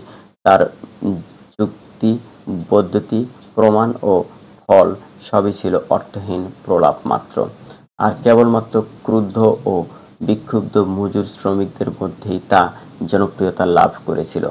কোনো বুদ্ধি ও জ্ঞান ভিত্তির দৌলতে নয়, শুধু ক্ষিপ্ত ও উদ্বেলিত আবেগ উচ্ছ্বাসের ভিত্তিতেই এ কার্যক্রম চলছিল। কিন্তু পাশ্চাত্যবাসীদের অসংখ্য দুর্বলতার মধ্যে একটি উল্লেখযোগ্য ও চমৎকার দুর্বলতা এই যে কোনো প্রকার উগ্রতা ও বিপ্লবাত্মক ভূমিকা তাদেরকে মুগ্ধ করে, আকৃষ্ট করে, বিশেষভাবে তা যদি নেহায়েত বাজে জিনিস হয়, অর্থহীন পাগলামি হয় এবং তাকে যদি সকল প্রকার সর্বসমর্থিত সত্যকে নির্লজ্জের মতো অগ্রাহ্য করে উদাত্ত কণ্ঠে নির্ভীক চিত্তে পেশ করা হয়, আর নিজেদের দাবিকে খানিকটা বৈজ্ঞানিক পন্থায় সুসংবদ্ধ ও মার্জিত করে নেয় এবং তার ফলে যদি তাতে একটি সিস্টেম গড়ে ওঠে, তবে তো সিস্টেম গড়ে ওঠে সিস্টেম। টিকা 2। এ উক্তির মূলে কোনো ভৌগোলিক হিংসা বা বিদ্বেষের স্থান নেই। প্রাচ্যে পশ্চিমপন্থী মানসিকতা সম্পন্ন যেসব লোক রয়েছে তাদের অবস্থা এদের তুলনায় আরও নিকৃষ্ট ধরনের। পশ্চিমী লোকদের মানসিক অবস্থা তো অনেকটা উন্নত। তারা জোরদার কথা শুনে আকৃষ্ট হয় এবং একটি সিস্টেম বা বৈজ্ঞানিক পন্থা ও পদ্ধতিকে পছন্দ করে। কিন্তু এদেশের যেসব গোলাম মানসিকতা সম্পন্ন লোকের জন্ম হচ্ছে তারা পশ্চিমের যে কোনো নেতার কথা অন্ধভাবে মেনে নেয় এবং তাতেই মুগ্ধ ও প্রভাবান্বিত হয়ে যায়। সিস্টেম গড়ে ওঠে, তবে তো আর কোনো কথাই নেই। আলোচ্য বৈজ্ঞানিক সমাজতন্ত্রে এ গুণগুলো পূর্ণতায় বর্তমান ছিল। এ কারণে নিম্নবিত্ত শ্রেণীর অসংখ্য প্রতিভাবান লোক এবং বুর্জোয়া শ্রেণীর কোনো কোনো পাগল কিংবা কোনো চতুর ব্যক্তি এ মতবাদের দিকে আকৃষ্ট হয়ে পড়ে।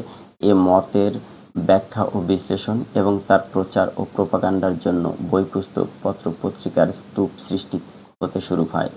দুনিয়ার বিভিন্ন অংশে সমাজতান্ত্রিক মতের সমর্থক অসংখ্য পার্টি ও দল সংঘবদ্ধ হয়ে ওঠে এবং শেষ পর্যন্ত অসংখ্য মানুষ বিশেষ গুরুত্ব সহকারে মনে করতে শুরু করে যে এ মতবাদের ভিত্তিতে একটি সমাজ, তামাদ্দুন ও অর্থনৈতিক ব্যবস্থা প্রতিষ্ঠিত হওয়া সম্ভব।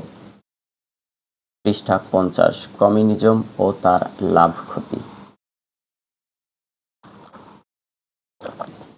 নিয়মতান্ত্রিক বা ক্রমবিকাশমান কমিউনিজমের কোনো কৃতিত্ব বা অবদানই এখন পর্যন্ত বিশ্ব সমক্ষে উপস্থাপিত হয়নি। এর দরুন ব্যক্তিগত পুঁজিবাদকে সমাজতান্ত্রিক ব্যবস্থায় রূপায়িত করার বাস্তব প্রক্রিয়া এবং তার ফলাফল সম্পর্কে কোনো ধারণা করা আমাদের পক্ষে সম্ভব নয়। এজন্য আমরা তার পরিবর্তে বিপ্লবী কমিউনিজমের কীর্তিকলাপের যাচাই ও বিচার করব। এটা 1914 থেকে 18 সনের প্রথম মহাযুদ্ধের সুযোগ গ্রহণ করে রাশিয়ায় কার্যত এক বিপ্লব সৃষ্টি করে এবং স্থায়ী আদর্শ, মতবাদ ও দৃষ্টিভঙ্গি অনুসারে এক পূর্ণাঙ্গ সমাজ ও রাষ্ট্র ব্যবস্থা প্রতিষ্ঠিত করতে সক্ষম হয়। টিকা 1। মনে রাখা আবশ্যক যে সমাজতন্ত্র ও কমিউনিজমের মধ্যে পার্থক্য হচ্ছে কর্মনীতির। যাবতীয় উৎপাদন উপায়কে জাতীয়করণ সম্পর্কে উভয় এই সম্পূর্ণ একমত। এতদুভয়ের মধ্যে এদিক দিয়ে বিন্দুমাত্র মত পার্থক্য নেই।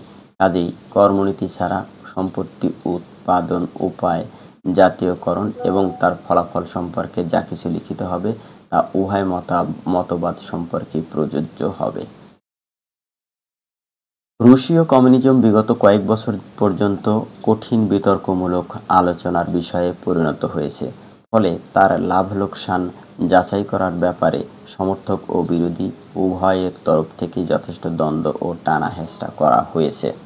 তার সমর্থকগণ তার মুনাফার খাতে এমন অনেক জিনিসই শামিল করে দিয়েছে যা প্রকৃতপক্ষে কমিউনিজমের নিজস্ব নয়, বরং তা যোগ্যতাসম্পন্ন ও সক্ষম লোকদের হাতে শাসন ব্যবস্থা কুক্ষিগত হওয়ারই ফলমাত্র।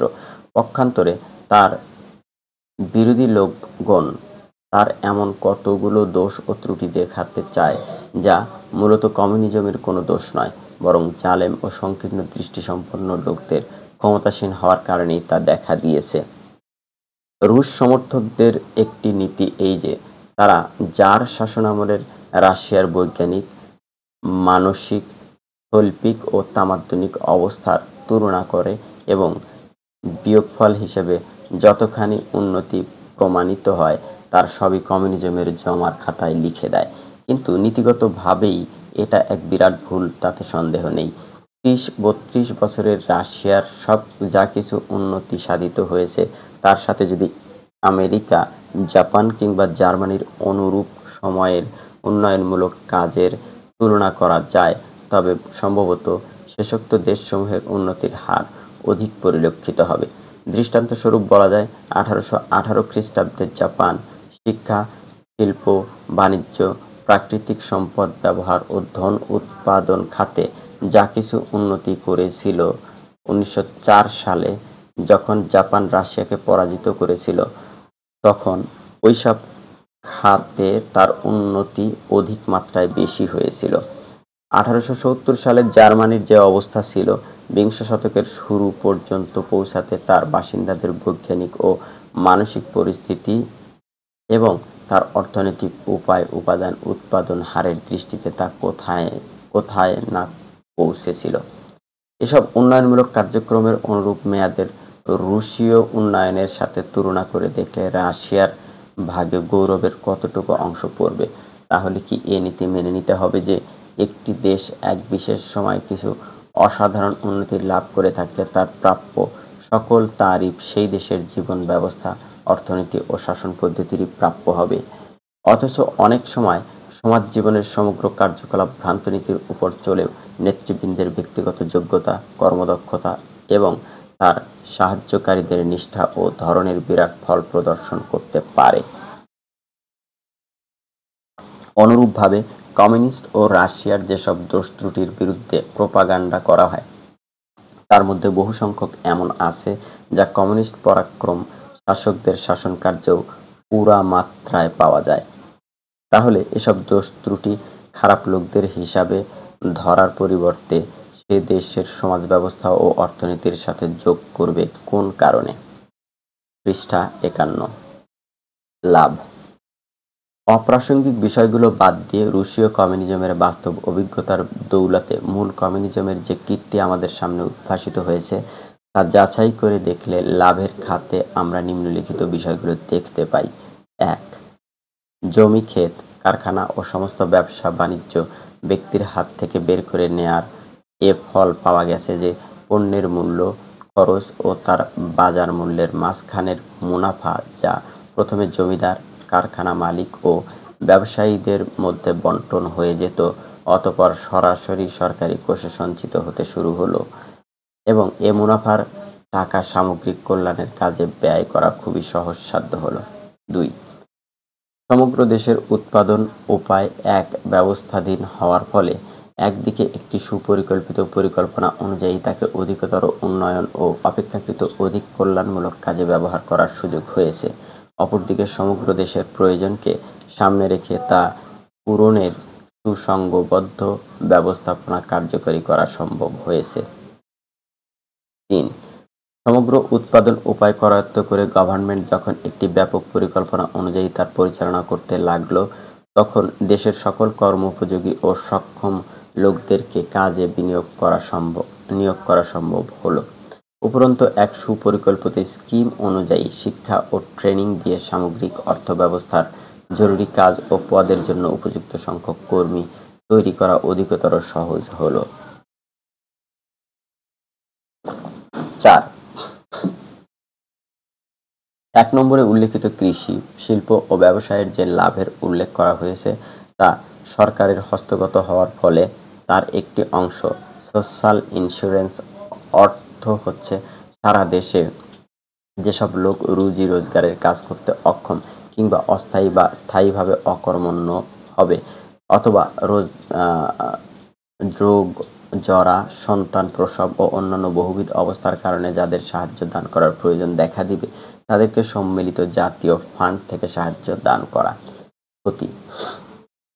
বস্তুত অবাধ অর্থনীতির ফলে সমাজ জীবনে যেসব রোগ দেখা দিয়েছিল কমিউনিজমের এ অপারেশনের ফলে তার কার্যকরী চিকিৎসা সম্পন্ন হচ্ছে একথা অস্বীকার করা যায় না, কিন্তু রাশিয়াকে তার জন্য কি মূল্য দিতে হয়েছে এবং পূর্ববর্তী রোগ দূর করার ফলে তার স্থলে যে অভিনব রোগ দেখা দিয়েছে তা যাচাই করে দেখলেই তার অন্তঃসার শূন্যতা উদ্ভাসিত হয়ে উঠবে। ১. ব্যক্তিদের মালিকানা ও কর্তৃত্ব থেকে জমি, ক্ষেত, কারখানা ও অন্যান্য উৎপাদন উপায় কেড়ে নেওয়া এবং সকল কিছুকে জাতীয় মালিকানা গণ্য করা। আর যাই হোক কোনো ছেলে খেলা বা হাসি তামাশার ভিতর দিয়ে সম্পন্ন হতে পারেনি। প্রকৃতপক্ষে এটা অত্যন্ত কঠিন ও দুরূহ কাজ। কয়েক বছর পর্যন্ত ক্রমাগত নিরবচ্ছিন্নভাবে মারাত্মক অত্যাচার, নিষ্পেষণ পরিচালনার মাধ্যমে এ কাজ সম্পন্ন হয়েছিল। লক্ষ লক্ষ মানুষের কবজা থেকে তাদের ক্ষুদ্র বৃহৎ সম্পত্তি জোরপূর্বক কেড়ে নেবার সংকল্প করলে তারা যে এর সামনে অতি সহজেই মাথা নত করতে প্রস্তুত হবে না একথা সহজেই বুঝতে পারা যায়।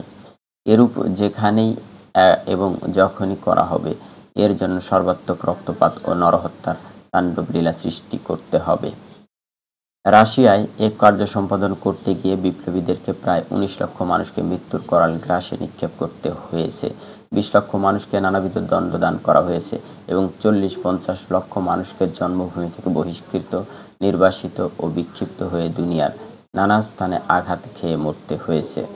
কেবলমাত্র জাতীয় কৃষি পরিচালনা নীতি কার্যকরী করার জন্য কয়েক লক্ষ নিম্ন মধ্যবিত্ত জমি মালিক বা কুলাক্সকে যেরূপ মর্মান্তিকভাবে ধ্বংস করা হয়েছে সেজন্য স্বয়ং সমর্থক অনেক ব্যক্তি চিৎকার করে উঠেছে। ২.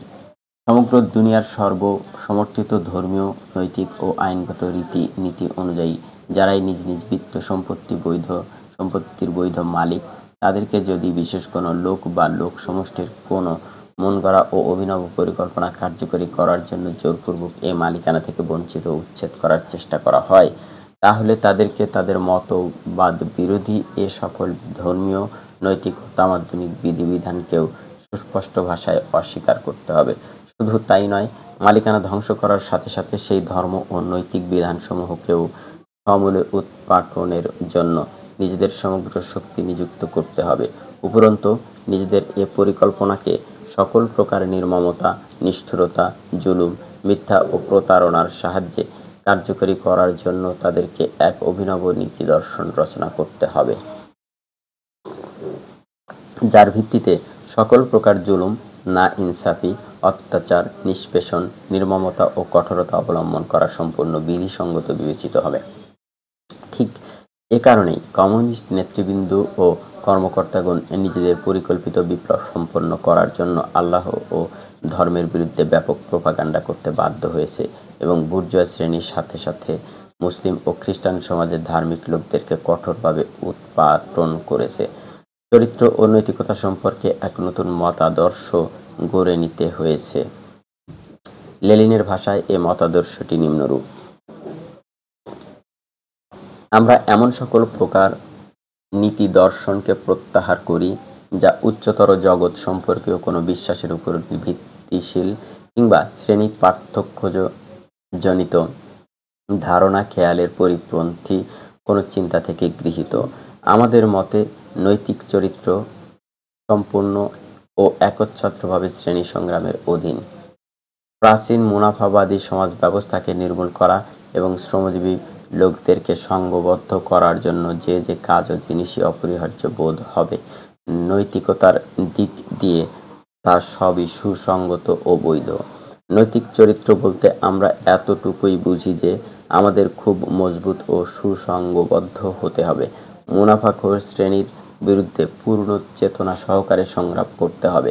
নৈতিক চরিত্রের এমন কোনো নীতি আমরা আদপেই স্বীকার করি না যা আদিম ও শাশ্বত। আমরা এ প্রবঞ্চনার আবরণ ছিন্ন করেই ক্ষান্ত হব। মজুরদের নিরঙ্কুশ শাসন ব্যবস্থাকে সুদৃঢ়ভাবে প্রতিষ্ঠিত করার জন্য যুদ্ধ করা ছাড়া কমিউনিস্ট চরিত্র আর কিছুই হতে পারে না। এ কাজ করার জন্য সকল প্রকার কৌশল, প্রবঞ্চনা, শঠতা, আইন বিরোধী ব্যবস্থাপনা, টালবাহানা ও মিথ্যার আশ্রয় গ্রহণ করতে হবে। এটা একেবারে অপরিহার্য। বস্তুত রাশিয়ায় কমিউনিস্ট সমাজ প্রতিষ্ঠার জন্য দ্বিতীয় পর্যায়ে যে বিরাট মূল্য দান করতে হয়েছিল, অর্থাৎ কেবল এক কোটি মানুষের জীবনই নয়, তার সাথে দিন, ঈমান, নৈতিক চরিত্র, মনুষ্যত্ব, মানবতা ও সম্মান সম্ভ্রম সবকিছুই এহেন আনকোরা মত ও পরিকল্পনা কার্যকরী করার পথে প্রচণ্ড বাধা হয়ে দাঁড়িয়েছিল। পৃষ্ঠা 54। 3. আমাদের দেশে আমরা নিজেরাই প্রত্যক্ষ করেছি যে একদিকে নৈতিক বাঁধন যখন শিথিল হয়ে যায় এবং অপরদিকে বিভিন্ন নিত্য প্রয়োজনীয় দ্রব্যাদি সরকারি নিয়ন্ত্রণাধীন করে দেয়া হয়, তখন ঘুষ, রিশওয়াত, খেয়ানত, লুণ্ঠন ও প্রতারণার এক 6 লাখ গোটা সমাজকে গ্রাস করে ফেলে। নিত্য প্রয়োজনীয় যে জিনিস পারমিট, লাইসেন্স, রেশন কার্ড কিংবা কোটা লাভের উপর নির্ভরশীল হয়, সেই জিনিসের জন্য জনগণকে নানাবিধ অসুবিধার সম্মুখীন হতে হয়। সরকারি পদস্থ লোকদের নিকট ধর্ণা দিতে হয়। এমত অবস্থায় অতি সহজেই অনুমান করা যেতে পারে যে একদিকে যখন সর্বজন সমর্থিত যাবতীয় নৈতিক রীতিনীতির বুনিয়াদি উৎপাটিত করা হয় এবং লোকদের মনে একথা বদ্ধমূল করে দেয়া হয় যে উদ্দেশ্য লাভের জন্য যাই দরকারি তাই সত্য, তাই করণীয়, এবং দেশের নেতৃবৃন্দ যখন নিজেরাই অমানুষিক জুলুম নিষ্পেষণের সাহায্যে এহেন অভিনব নৈতিকতার পরাকাষ্ঠা প্রদর্শন করে, অপরদিকে নিত্য প্রয়োজনীয় কয়েকটি মাত্র জিনিসই নয়, বরং দেশের সমগ্র অর্থ সম্পদ ও যাবতীয় জীবন জীবিকা সরকারি নিয়ন্ত্রণাধীন হয়, সেখানে ঘুষ, রিশওয়াত, বিশ্বাসঘাতকতা, লুণ্ঠন ও মানুষকে জ্বালাতন করার প্রচণ্ড প্লাবন সৃষ্টি হয়, তাতে কোনোই সন্দেহ থাকতে পারে না। একথা কেবল অনুমান করেই বলা হচ্ছে না।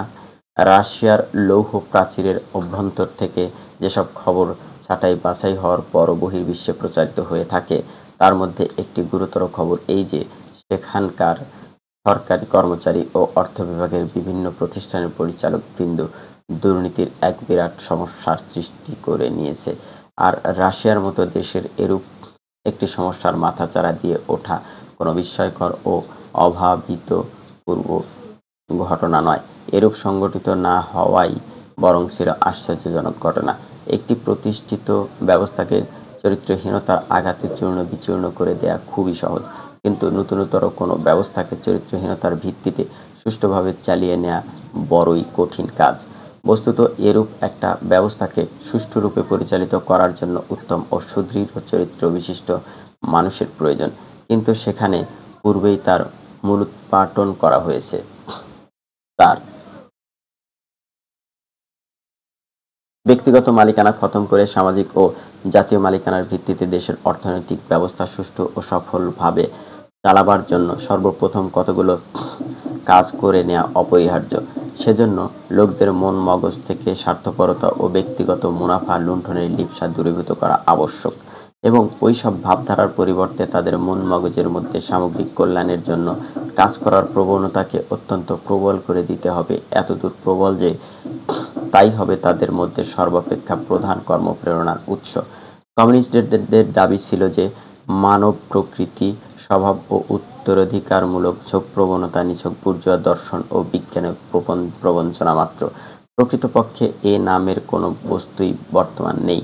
আমরা ব্যক্তিগত মুনাফা লাভ স্বার্থপরতামূলক ভাবধারা মানুষের মধ্য থেকে বহিষ্কৃত ও দূরীভূত করে দিব এবং পরিবেশের পরিবর্তন দ্বারা সামগ্রিক ও জাতীয় মানসিকতার সৃষ্টি করে নিব। কিন্তু এ অমূলক দাবিকে বাস্তবায়িত করার ব্যাপারে কমিউনিস্টগণ মর্মান্তিকভাবে ব্যর্থ হয়েছে। প্রত্যেক দেশের জনগণের মধ্যে সামগ্রিক মনোভাব ও দৃষ্টিভঙ্গি স্বভাবত যতখানি বর্তমান থাকে, কমিউনিস্টগণ তাদের দেশের জনগণ এবং অর্থনৈতিক ও সামাজিক কর্মকর্তা কর্মচারীদের মধ্যে তার তুলনায় এ জিনিস এক বিন্দু পরিমাণও বৃদ্ধি করতে পারেনি।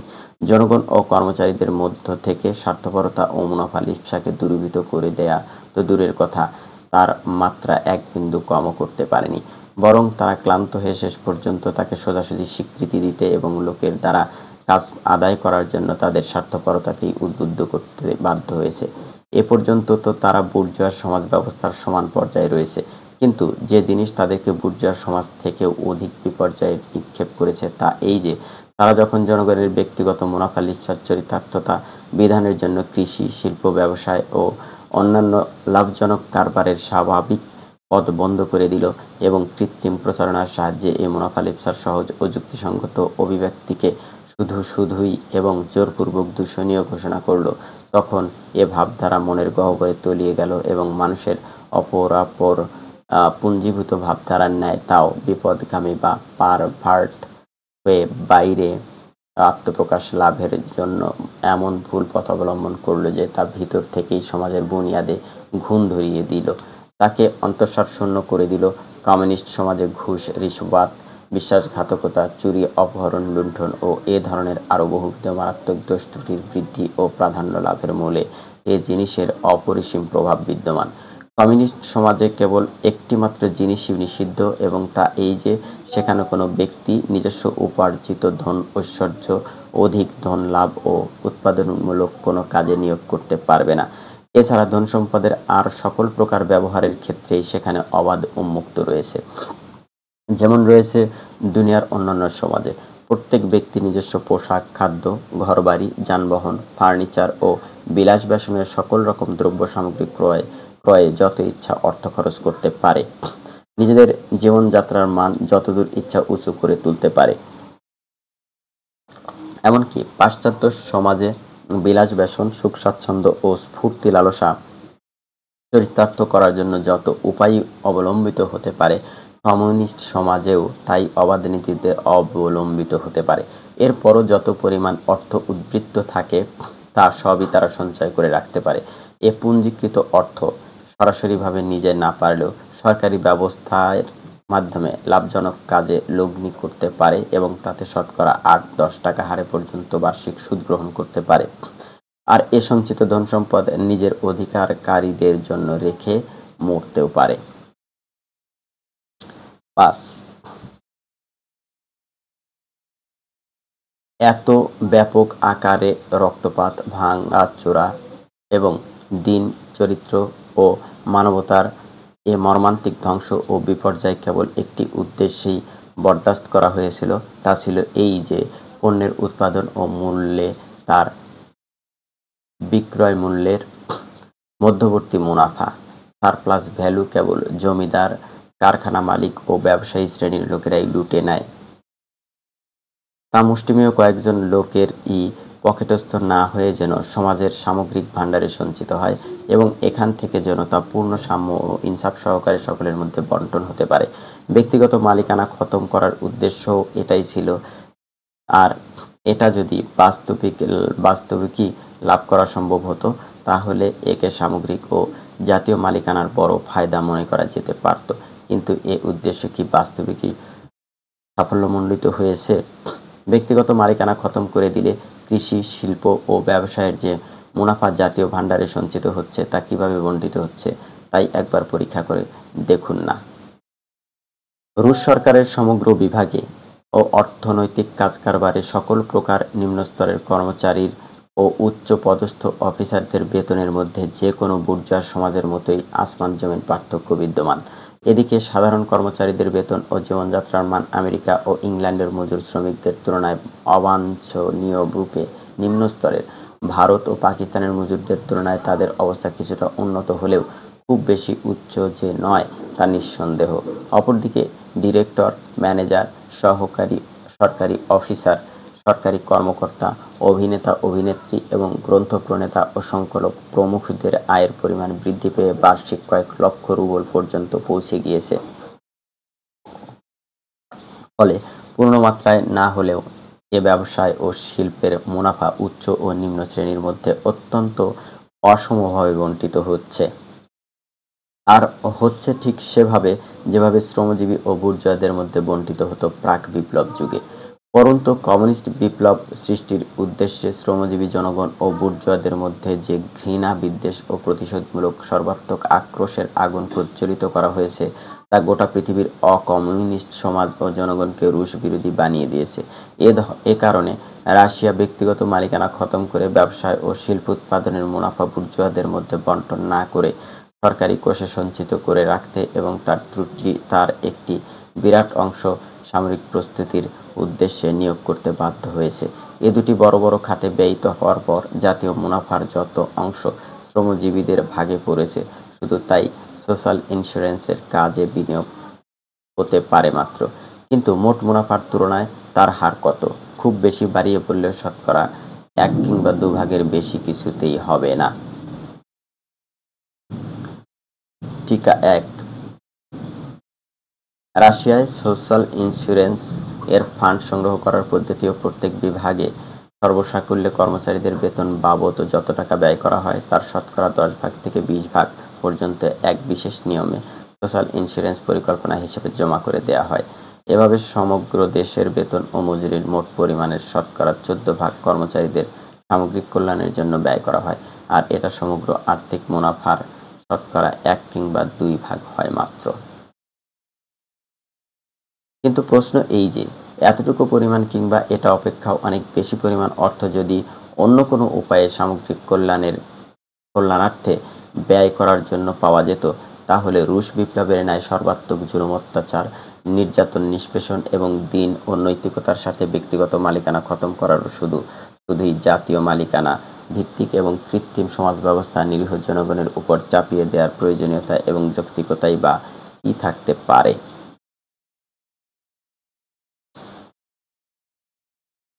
6. জাতীয় মালিকানা, সামরিক শাসন, শৃঙ্খলা ও জাতীয় পরিকল্পনা চালু করার জন্য জান, মাল, ধর্ম ও নৈতিকতা তথা মনুষ্যত্ব ধ্বংসের যে তাণ্ডব রাশিয়ায় অনুষ্ঠিত হয়েছে, তা তো শুধু এ অভিজ্ঞতার প্রাথমিক মূল্য মাত্র। কিন্তু বর্তমানে তা কার্যকরী হওয়ার পর জনগণের দৈনন্দিন জীবনে তার কল্যাণকারিতা কি এবং তার বিনিময়েই বা তাদের নিকট থেকে কতটুকু মূল্য গ্রহণ করা হয়েছে, এরও একটি তুলনামূলক আলোচনা পেশ করা আবশ্যক। রাশিয়ার বর্তমান সামগ্রিক ব্যবস্থা জনগণকে যা কিছু দিচ্ছে, তার যাচাই করে দেখলে নিম্নলিখিত বিষয়গুলো পাওয়া যাবে। প্রত্যেক ব্যক্তির জন্য রোজগারের অন্তত এতটুকু ব্যবস্থা করা হয়েছে যার দ্বারা দুবেলার খাবার ও দেহাবরণ, পরিমাণ কাপড় এবং মাথা গোঁজার ঠাঁই কতকটা লাভ করতে পারে। দুঃসময়ে ব্যক্তির জন্য আশ্রয়ের ব্যবস্থা হওয়ার সামাজিক সুবিধাটুকুও লাভ হয়েছে। রাশিয়ার এ নবতর ব্যবস্থা দেশবাসীকে মূলত এ দুটি জিনিসই দান করেছে, এর অধিক কিছু নয়। এখন দেখতে হবে যে এর বিনিময়ে রাশিয়া জনগণের নিকট থেকে কতখানি এবং কি জিনিস গ্রহণ করেছে। ব্যক্তিগত মালিকানার পরিবর্তে জাতীয় মালিকানা ব্যবস্থা কার্যকরী করার জন্য এ আদর্শের ধারক কমিউনিস্ট পার্টির হাতে অনিবার্য রূপে দেশের সমগ্র ক্ষমতা অর্পণ করতে হয়েছে। এ দলের মতাদর্শ ও এ অনিবার্য দাবির ফলে দেশের উপর এক সর্বাধিনায়ক ডিক্টেটরি শাসন প্রতিষ্ঠিত হয়েছে। সমগ্র ক্ষমতা প্রয়োগ করে এ দলকে ব্যক্তিগত মালিকানা ব্যবস্থার চূর্ণ করতে এবং অমোঘ হাতের লৌহ দাপটে নতুন ব্যবস্থা চালু করতে হয়েছে। এ ডিক্টেটরি শাসনের নামকরণ করা হয়েছে কর্মচারীদের ডিক্টেটরশিপ অব দ্য প্রোলেতারিয়েট। কিন্তু একথা সর্বজন বিদিত যে রাশিয়ার মজুর, শ্রমিক, কৃষক এবং সমাজের বিভিন্ন ক্ষেত্রে এ বিভাগের সমগ্র কর্মচারী কমিউনিস্ট পার্টির সদস্যভুক্ত নয়। রুশ জনগণের মধ্যে সম্ভবত শতকরা 5 জন লোক পার্টির সদস্যভুক্ত হতে পারে, তার বেশি নয়। কাজেই বাহ্যত তাকে মুজুরদের ডিক্টেটরশিপ বলা হলেও প্রকৃতপক্ষে তা শ্রমিক মজুরের উপর চাপিয়ে দেয়া কমিউনিস্ট পার্টির ডিক্টেটরশিপ মাত্র। আর এ ডিক্টেটরি শাসন কোনো হালকা ধরনের জিনিস নয়। জাতীয় মালিকানা কায়েম হওয়ার অর্থ এটাই দাঁড়ায় যে সেখানে সকল জমিদার খতম করে দেয়া হয়েছে এবং সরকার একক ও লাশরিক জমিদার রূপে দেশের সমগ্র জমি ক্ষেতের একচ্ছত্র মালিক হয়ে রয়েছে। কারখানা মালিক ও ব্যবসায় পুঁজিপতি হিসাবে সেখানে এখন আর কোনো ব্যক্তি নেই।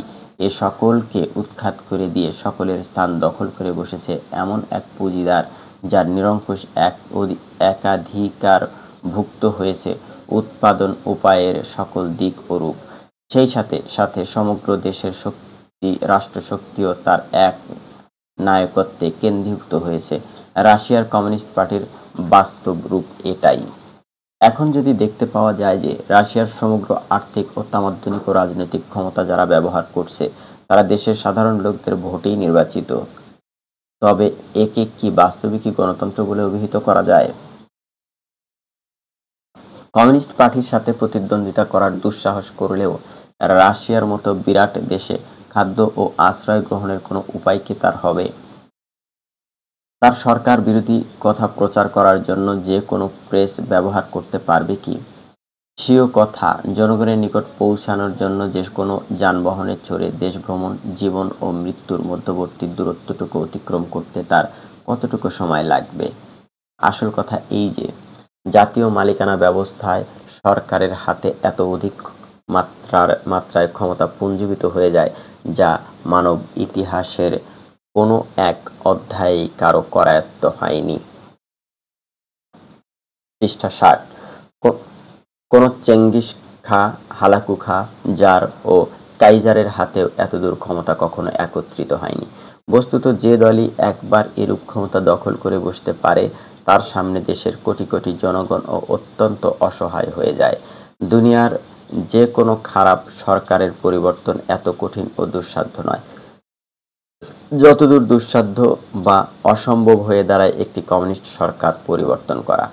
এরূপ শাসন ব্যবস্থায় ক্ষমতাসীন দল দেশের সামগ্রিক জীবনের জন্য যে পরিকল্পনা ও কর্মসূচি প্ল্যান গ্রহণ করে তাকে সুষ্ঠুরূপে পরিচালিত ও কার্যকরী করার জন্য প্রেস, রেডিও, সিনেমা, শিক্ষাগার তথা সমগ্র শাসন যন্ত্রকে অ্যাডমিনিস্ট্রেটিভ মেশিনারি এবং সারা দেশের অর্থনৈতিক কাজকারবারকে এক বিশেষ পদ্ধতিতে ব্যবহার করে। এরূপ পরিকল্পনাকে সাফল্যমণ্ডিত করার জন্য সারা দেশের মধ্যে চিন্তা করার, রায় বের করার ও সিদ্ধান্ত গ্রহণ করার অধিকার একচ্ছত্রভাবে থাকতে হবে সেই মুষ্টিমেয় কয়েকজন ব্যক্তির যারা কেন্দ্রীয় শাসন যন্ত্রের শীর্ষ দেশে বসে পরিকল্পনা রচনা করে। তাদের ছাড়া তাদের কোটি কোটি সাধারণ লোক হবে শুধু তাদের নির্দেশানুযায়ী কাজ করার হাত পা মাত্র, যারা হুকুম পালন করতে বিন্দুমাত্র ত্রুটি করতে পারবে না। সমালোচনা ও দোষ ধরা এবং বিপরীত রায় জাহির করে এমন লোকদের জন্য এরূপ ব্যবস্থায় জেলখানা ও ফাঁসিকাষ্ঠ ছাড়া আর কোনো স্থানই থাকতে পারে না। এরূপ সমালোচনাকারী ব্যক্তিকে যদি নির্বাসিত করা হয়, তাহলে বুঝতে হবে যে তার প্রতি বড়ই অনুগ্রহ প্রদর্শন করা হয়েছে। ঠিক এ কারণেই রাশিয়ার স্বয়ং কমিউনিস্ট পার্টির বড় বড় নেতৃস্থানীয় কর্মী ও কর্মকর্তাকেও মৃত্যুদণ্ড, যাবজ্জীবন কারাদণ্ডে দণ্ডিত করা হয়েছে। অথচ তাদেরই অকৃত্রিম চেষ্টা সাধনা, যোগ্যতা, কর্মদক্ষতা ও আত্মত্যাগের ফলেই একদিন কমিউনিজমের এ অভিজ্ঞতা প্রচেষ্টা সফলতার পথে অগ্রসর হয়েছিল। কিন্তু এতৎসত্ত্বেও কেবলমাত্র ক্ষমতাসীন দলের সাথে মতদ্বৈততা করার দুঃসাহস তাদেরকে এরূপ পরিণতির সম্মুখীন হতে হয়েছিল। শুধু তাই নয়, মতবৈষম্য জাহির করার অপরাধে যাকে গ্রেপ্তার করা হয়েছে তারই বিরুদ্ধে কঠিন ও সাংঘাতিক রকমের কাজের অভিযোগ আনয়ন করা হয়েছে। কমিউনিস্ট আদালতের সামনে ক্ষমতাসীন দল কর্তৃক আনিত অভিযোগ অনুসারে প্রত্যেক অভিযুক্ত ব্যক্তি স্বীয় অপরাধের ফিরিস্তি নিজেই ফরফর করে শুনিয়ে দিতে বাধ্য হয়েছে এবং এ ফিরিস্তি অস্ফুট শব্দে শোনায়নি। সুস্পষ্ট ভাষায় স্বীকার করেছে যে সে মস্ত বড় দেশদ্রোহী ও পুঁজিবাদীদের এজেন্ট এবং রাশিয়ার অভ্যন্তরে লালিত পালিত বিষধর সাপ। এ সমস্ত ব্যাপারটি একদিকে যেমন কমিউনিস্ট নৈতিকতার কদর্য ও জঘন্য রূপ প্রদর্শন করে, অপরদিকে তেমনি কমিউনিস্ট আদালতের বিস্ময়কর কেরামতি দেখে বিশ্ববাসী হতচকিত না হয়ে পারে না। পৃষ্ঠা 61। দ্বিতীয়ত, যেহেতু ব্যক্তিগত মালিকানা উচ্ছেদ ও ধর্মীয় দলসমূহকে প্রচণ্ড শক্তিতে দমন করার পরই কমিউনিস্ট ব্যবস্থা কায়েম করা হয়েছে, এখনও সেই সব লোক দুনিয়া তথা রাশিয়ার বুক থেকে সম্পূর্ণরূপে নির্মূল হয়ে যায়নি, যাদের অনুভূতি, বিশ্বাস ও আশা আকাঙ্ক্ষার সমাধির উপর এখনও কমিউনিস্ট প্রাসাদ নির্মিত হয়েছে। এ কারণে কমিউনিস্ট ডিক্টেটরি সরকার প্রতিটি মুহূর্তে প্রতি বিপ্লবের বা কাউন্টার রিভলিউশন এর বিপদের আশঙ্কায় আতঙ্কিত হয়ে থাকে।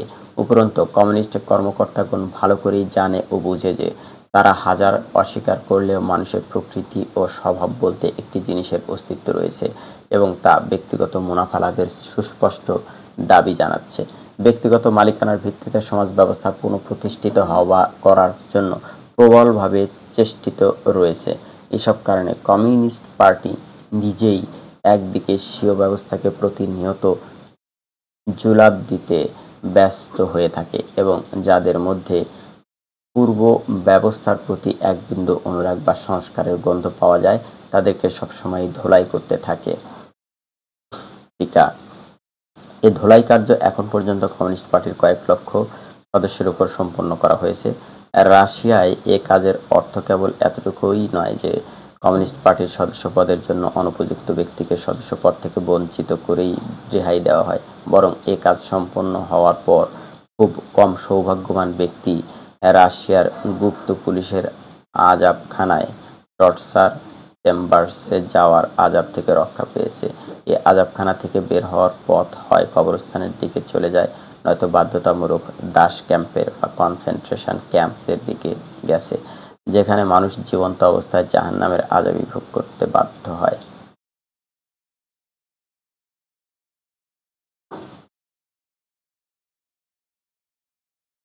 এবং ধোলাই করতে থাকে এবং অপরদিকে দলীয় সরকার সমগ্র দেশে প্রতি বিপ্লবের বিপদ, সম্ভাবনা, সন্দেহ ও দূরতম ধারণার এই রেশটুকুকেও চিরতরে নির্মূল করার জন্য প্রতিনিয়ত কর্মব্যস্ত হয়ে রয়েছে। এ সরকার সমগ্র দেশে সেফাই ও গুপ্ত পুলিশের এক ব্যাপক বিশাল জাল বিস্তার করে রেখেছে, যে তার অসংখ্য কর্মচারী প্রত্যেক প্রতিষ্ঠানে, প্রতিটি ঘরে ও পরিবারে, প্রত্যেক জনসমাবেশে প্রগতি ও বিরোধীদের গন্ধ খুঁজে বেড়ায়। গুপ্ত পুলিশের এ অদৃশ্য ও রহস্যময় জাল স্বামী স্ত্রীদের মধ্যে সন্দেহ ও সংশয়ের প্রাচীর দাঁড় করিয়ে দিয়েছে। এমনকি পিতামাতার বিরুদ্ধে স্বয়ং তাদেরই সন্তানগণ পর্যন্ত গুপ্ত পুলিশের দায়িত্ব পালন করতে কুণ্ঠিত হয় না। রাশিয়ার পুলিশ ও সিআইডির সুপরিকল্পিত ও সুবিবেচিত মত এই যে ভুল ভ্রান্তির কারণে কয়েক শত কিংবা কয়েক সহস্র নিরপরাধ ব্যক্তি যদি ধৃত ও নিহত হয়, তবে তা কয়েকজন দোষী অপরাধীর ব্যক্তির নিষ্কৃতি পাওয়া ও তাদের হাতে প্রতি বিপ্লব সৃষ্টির পথ সুগম হওয়া অপেক্ষা অধিকতর উত্তম। এ কারণেই তারা কারখানা, ফ্যাক্টরি, প্রত্যেক অফিস ও প্রত্যেকটি প্রতিষ্ঠানে খোঁজ করে বেড়ায়।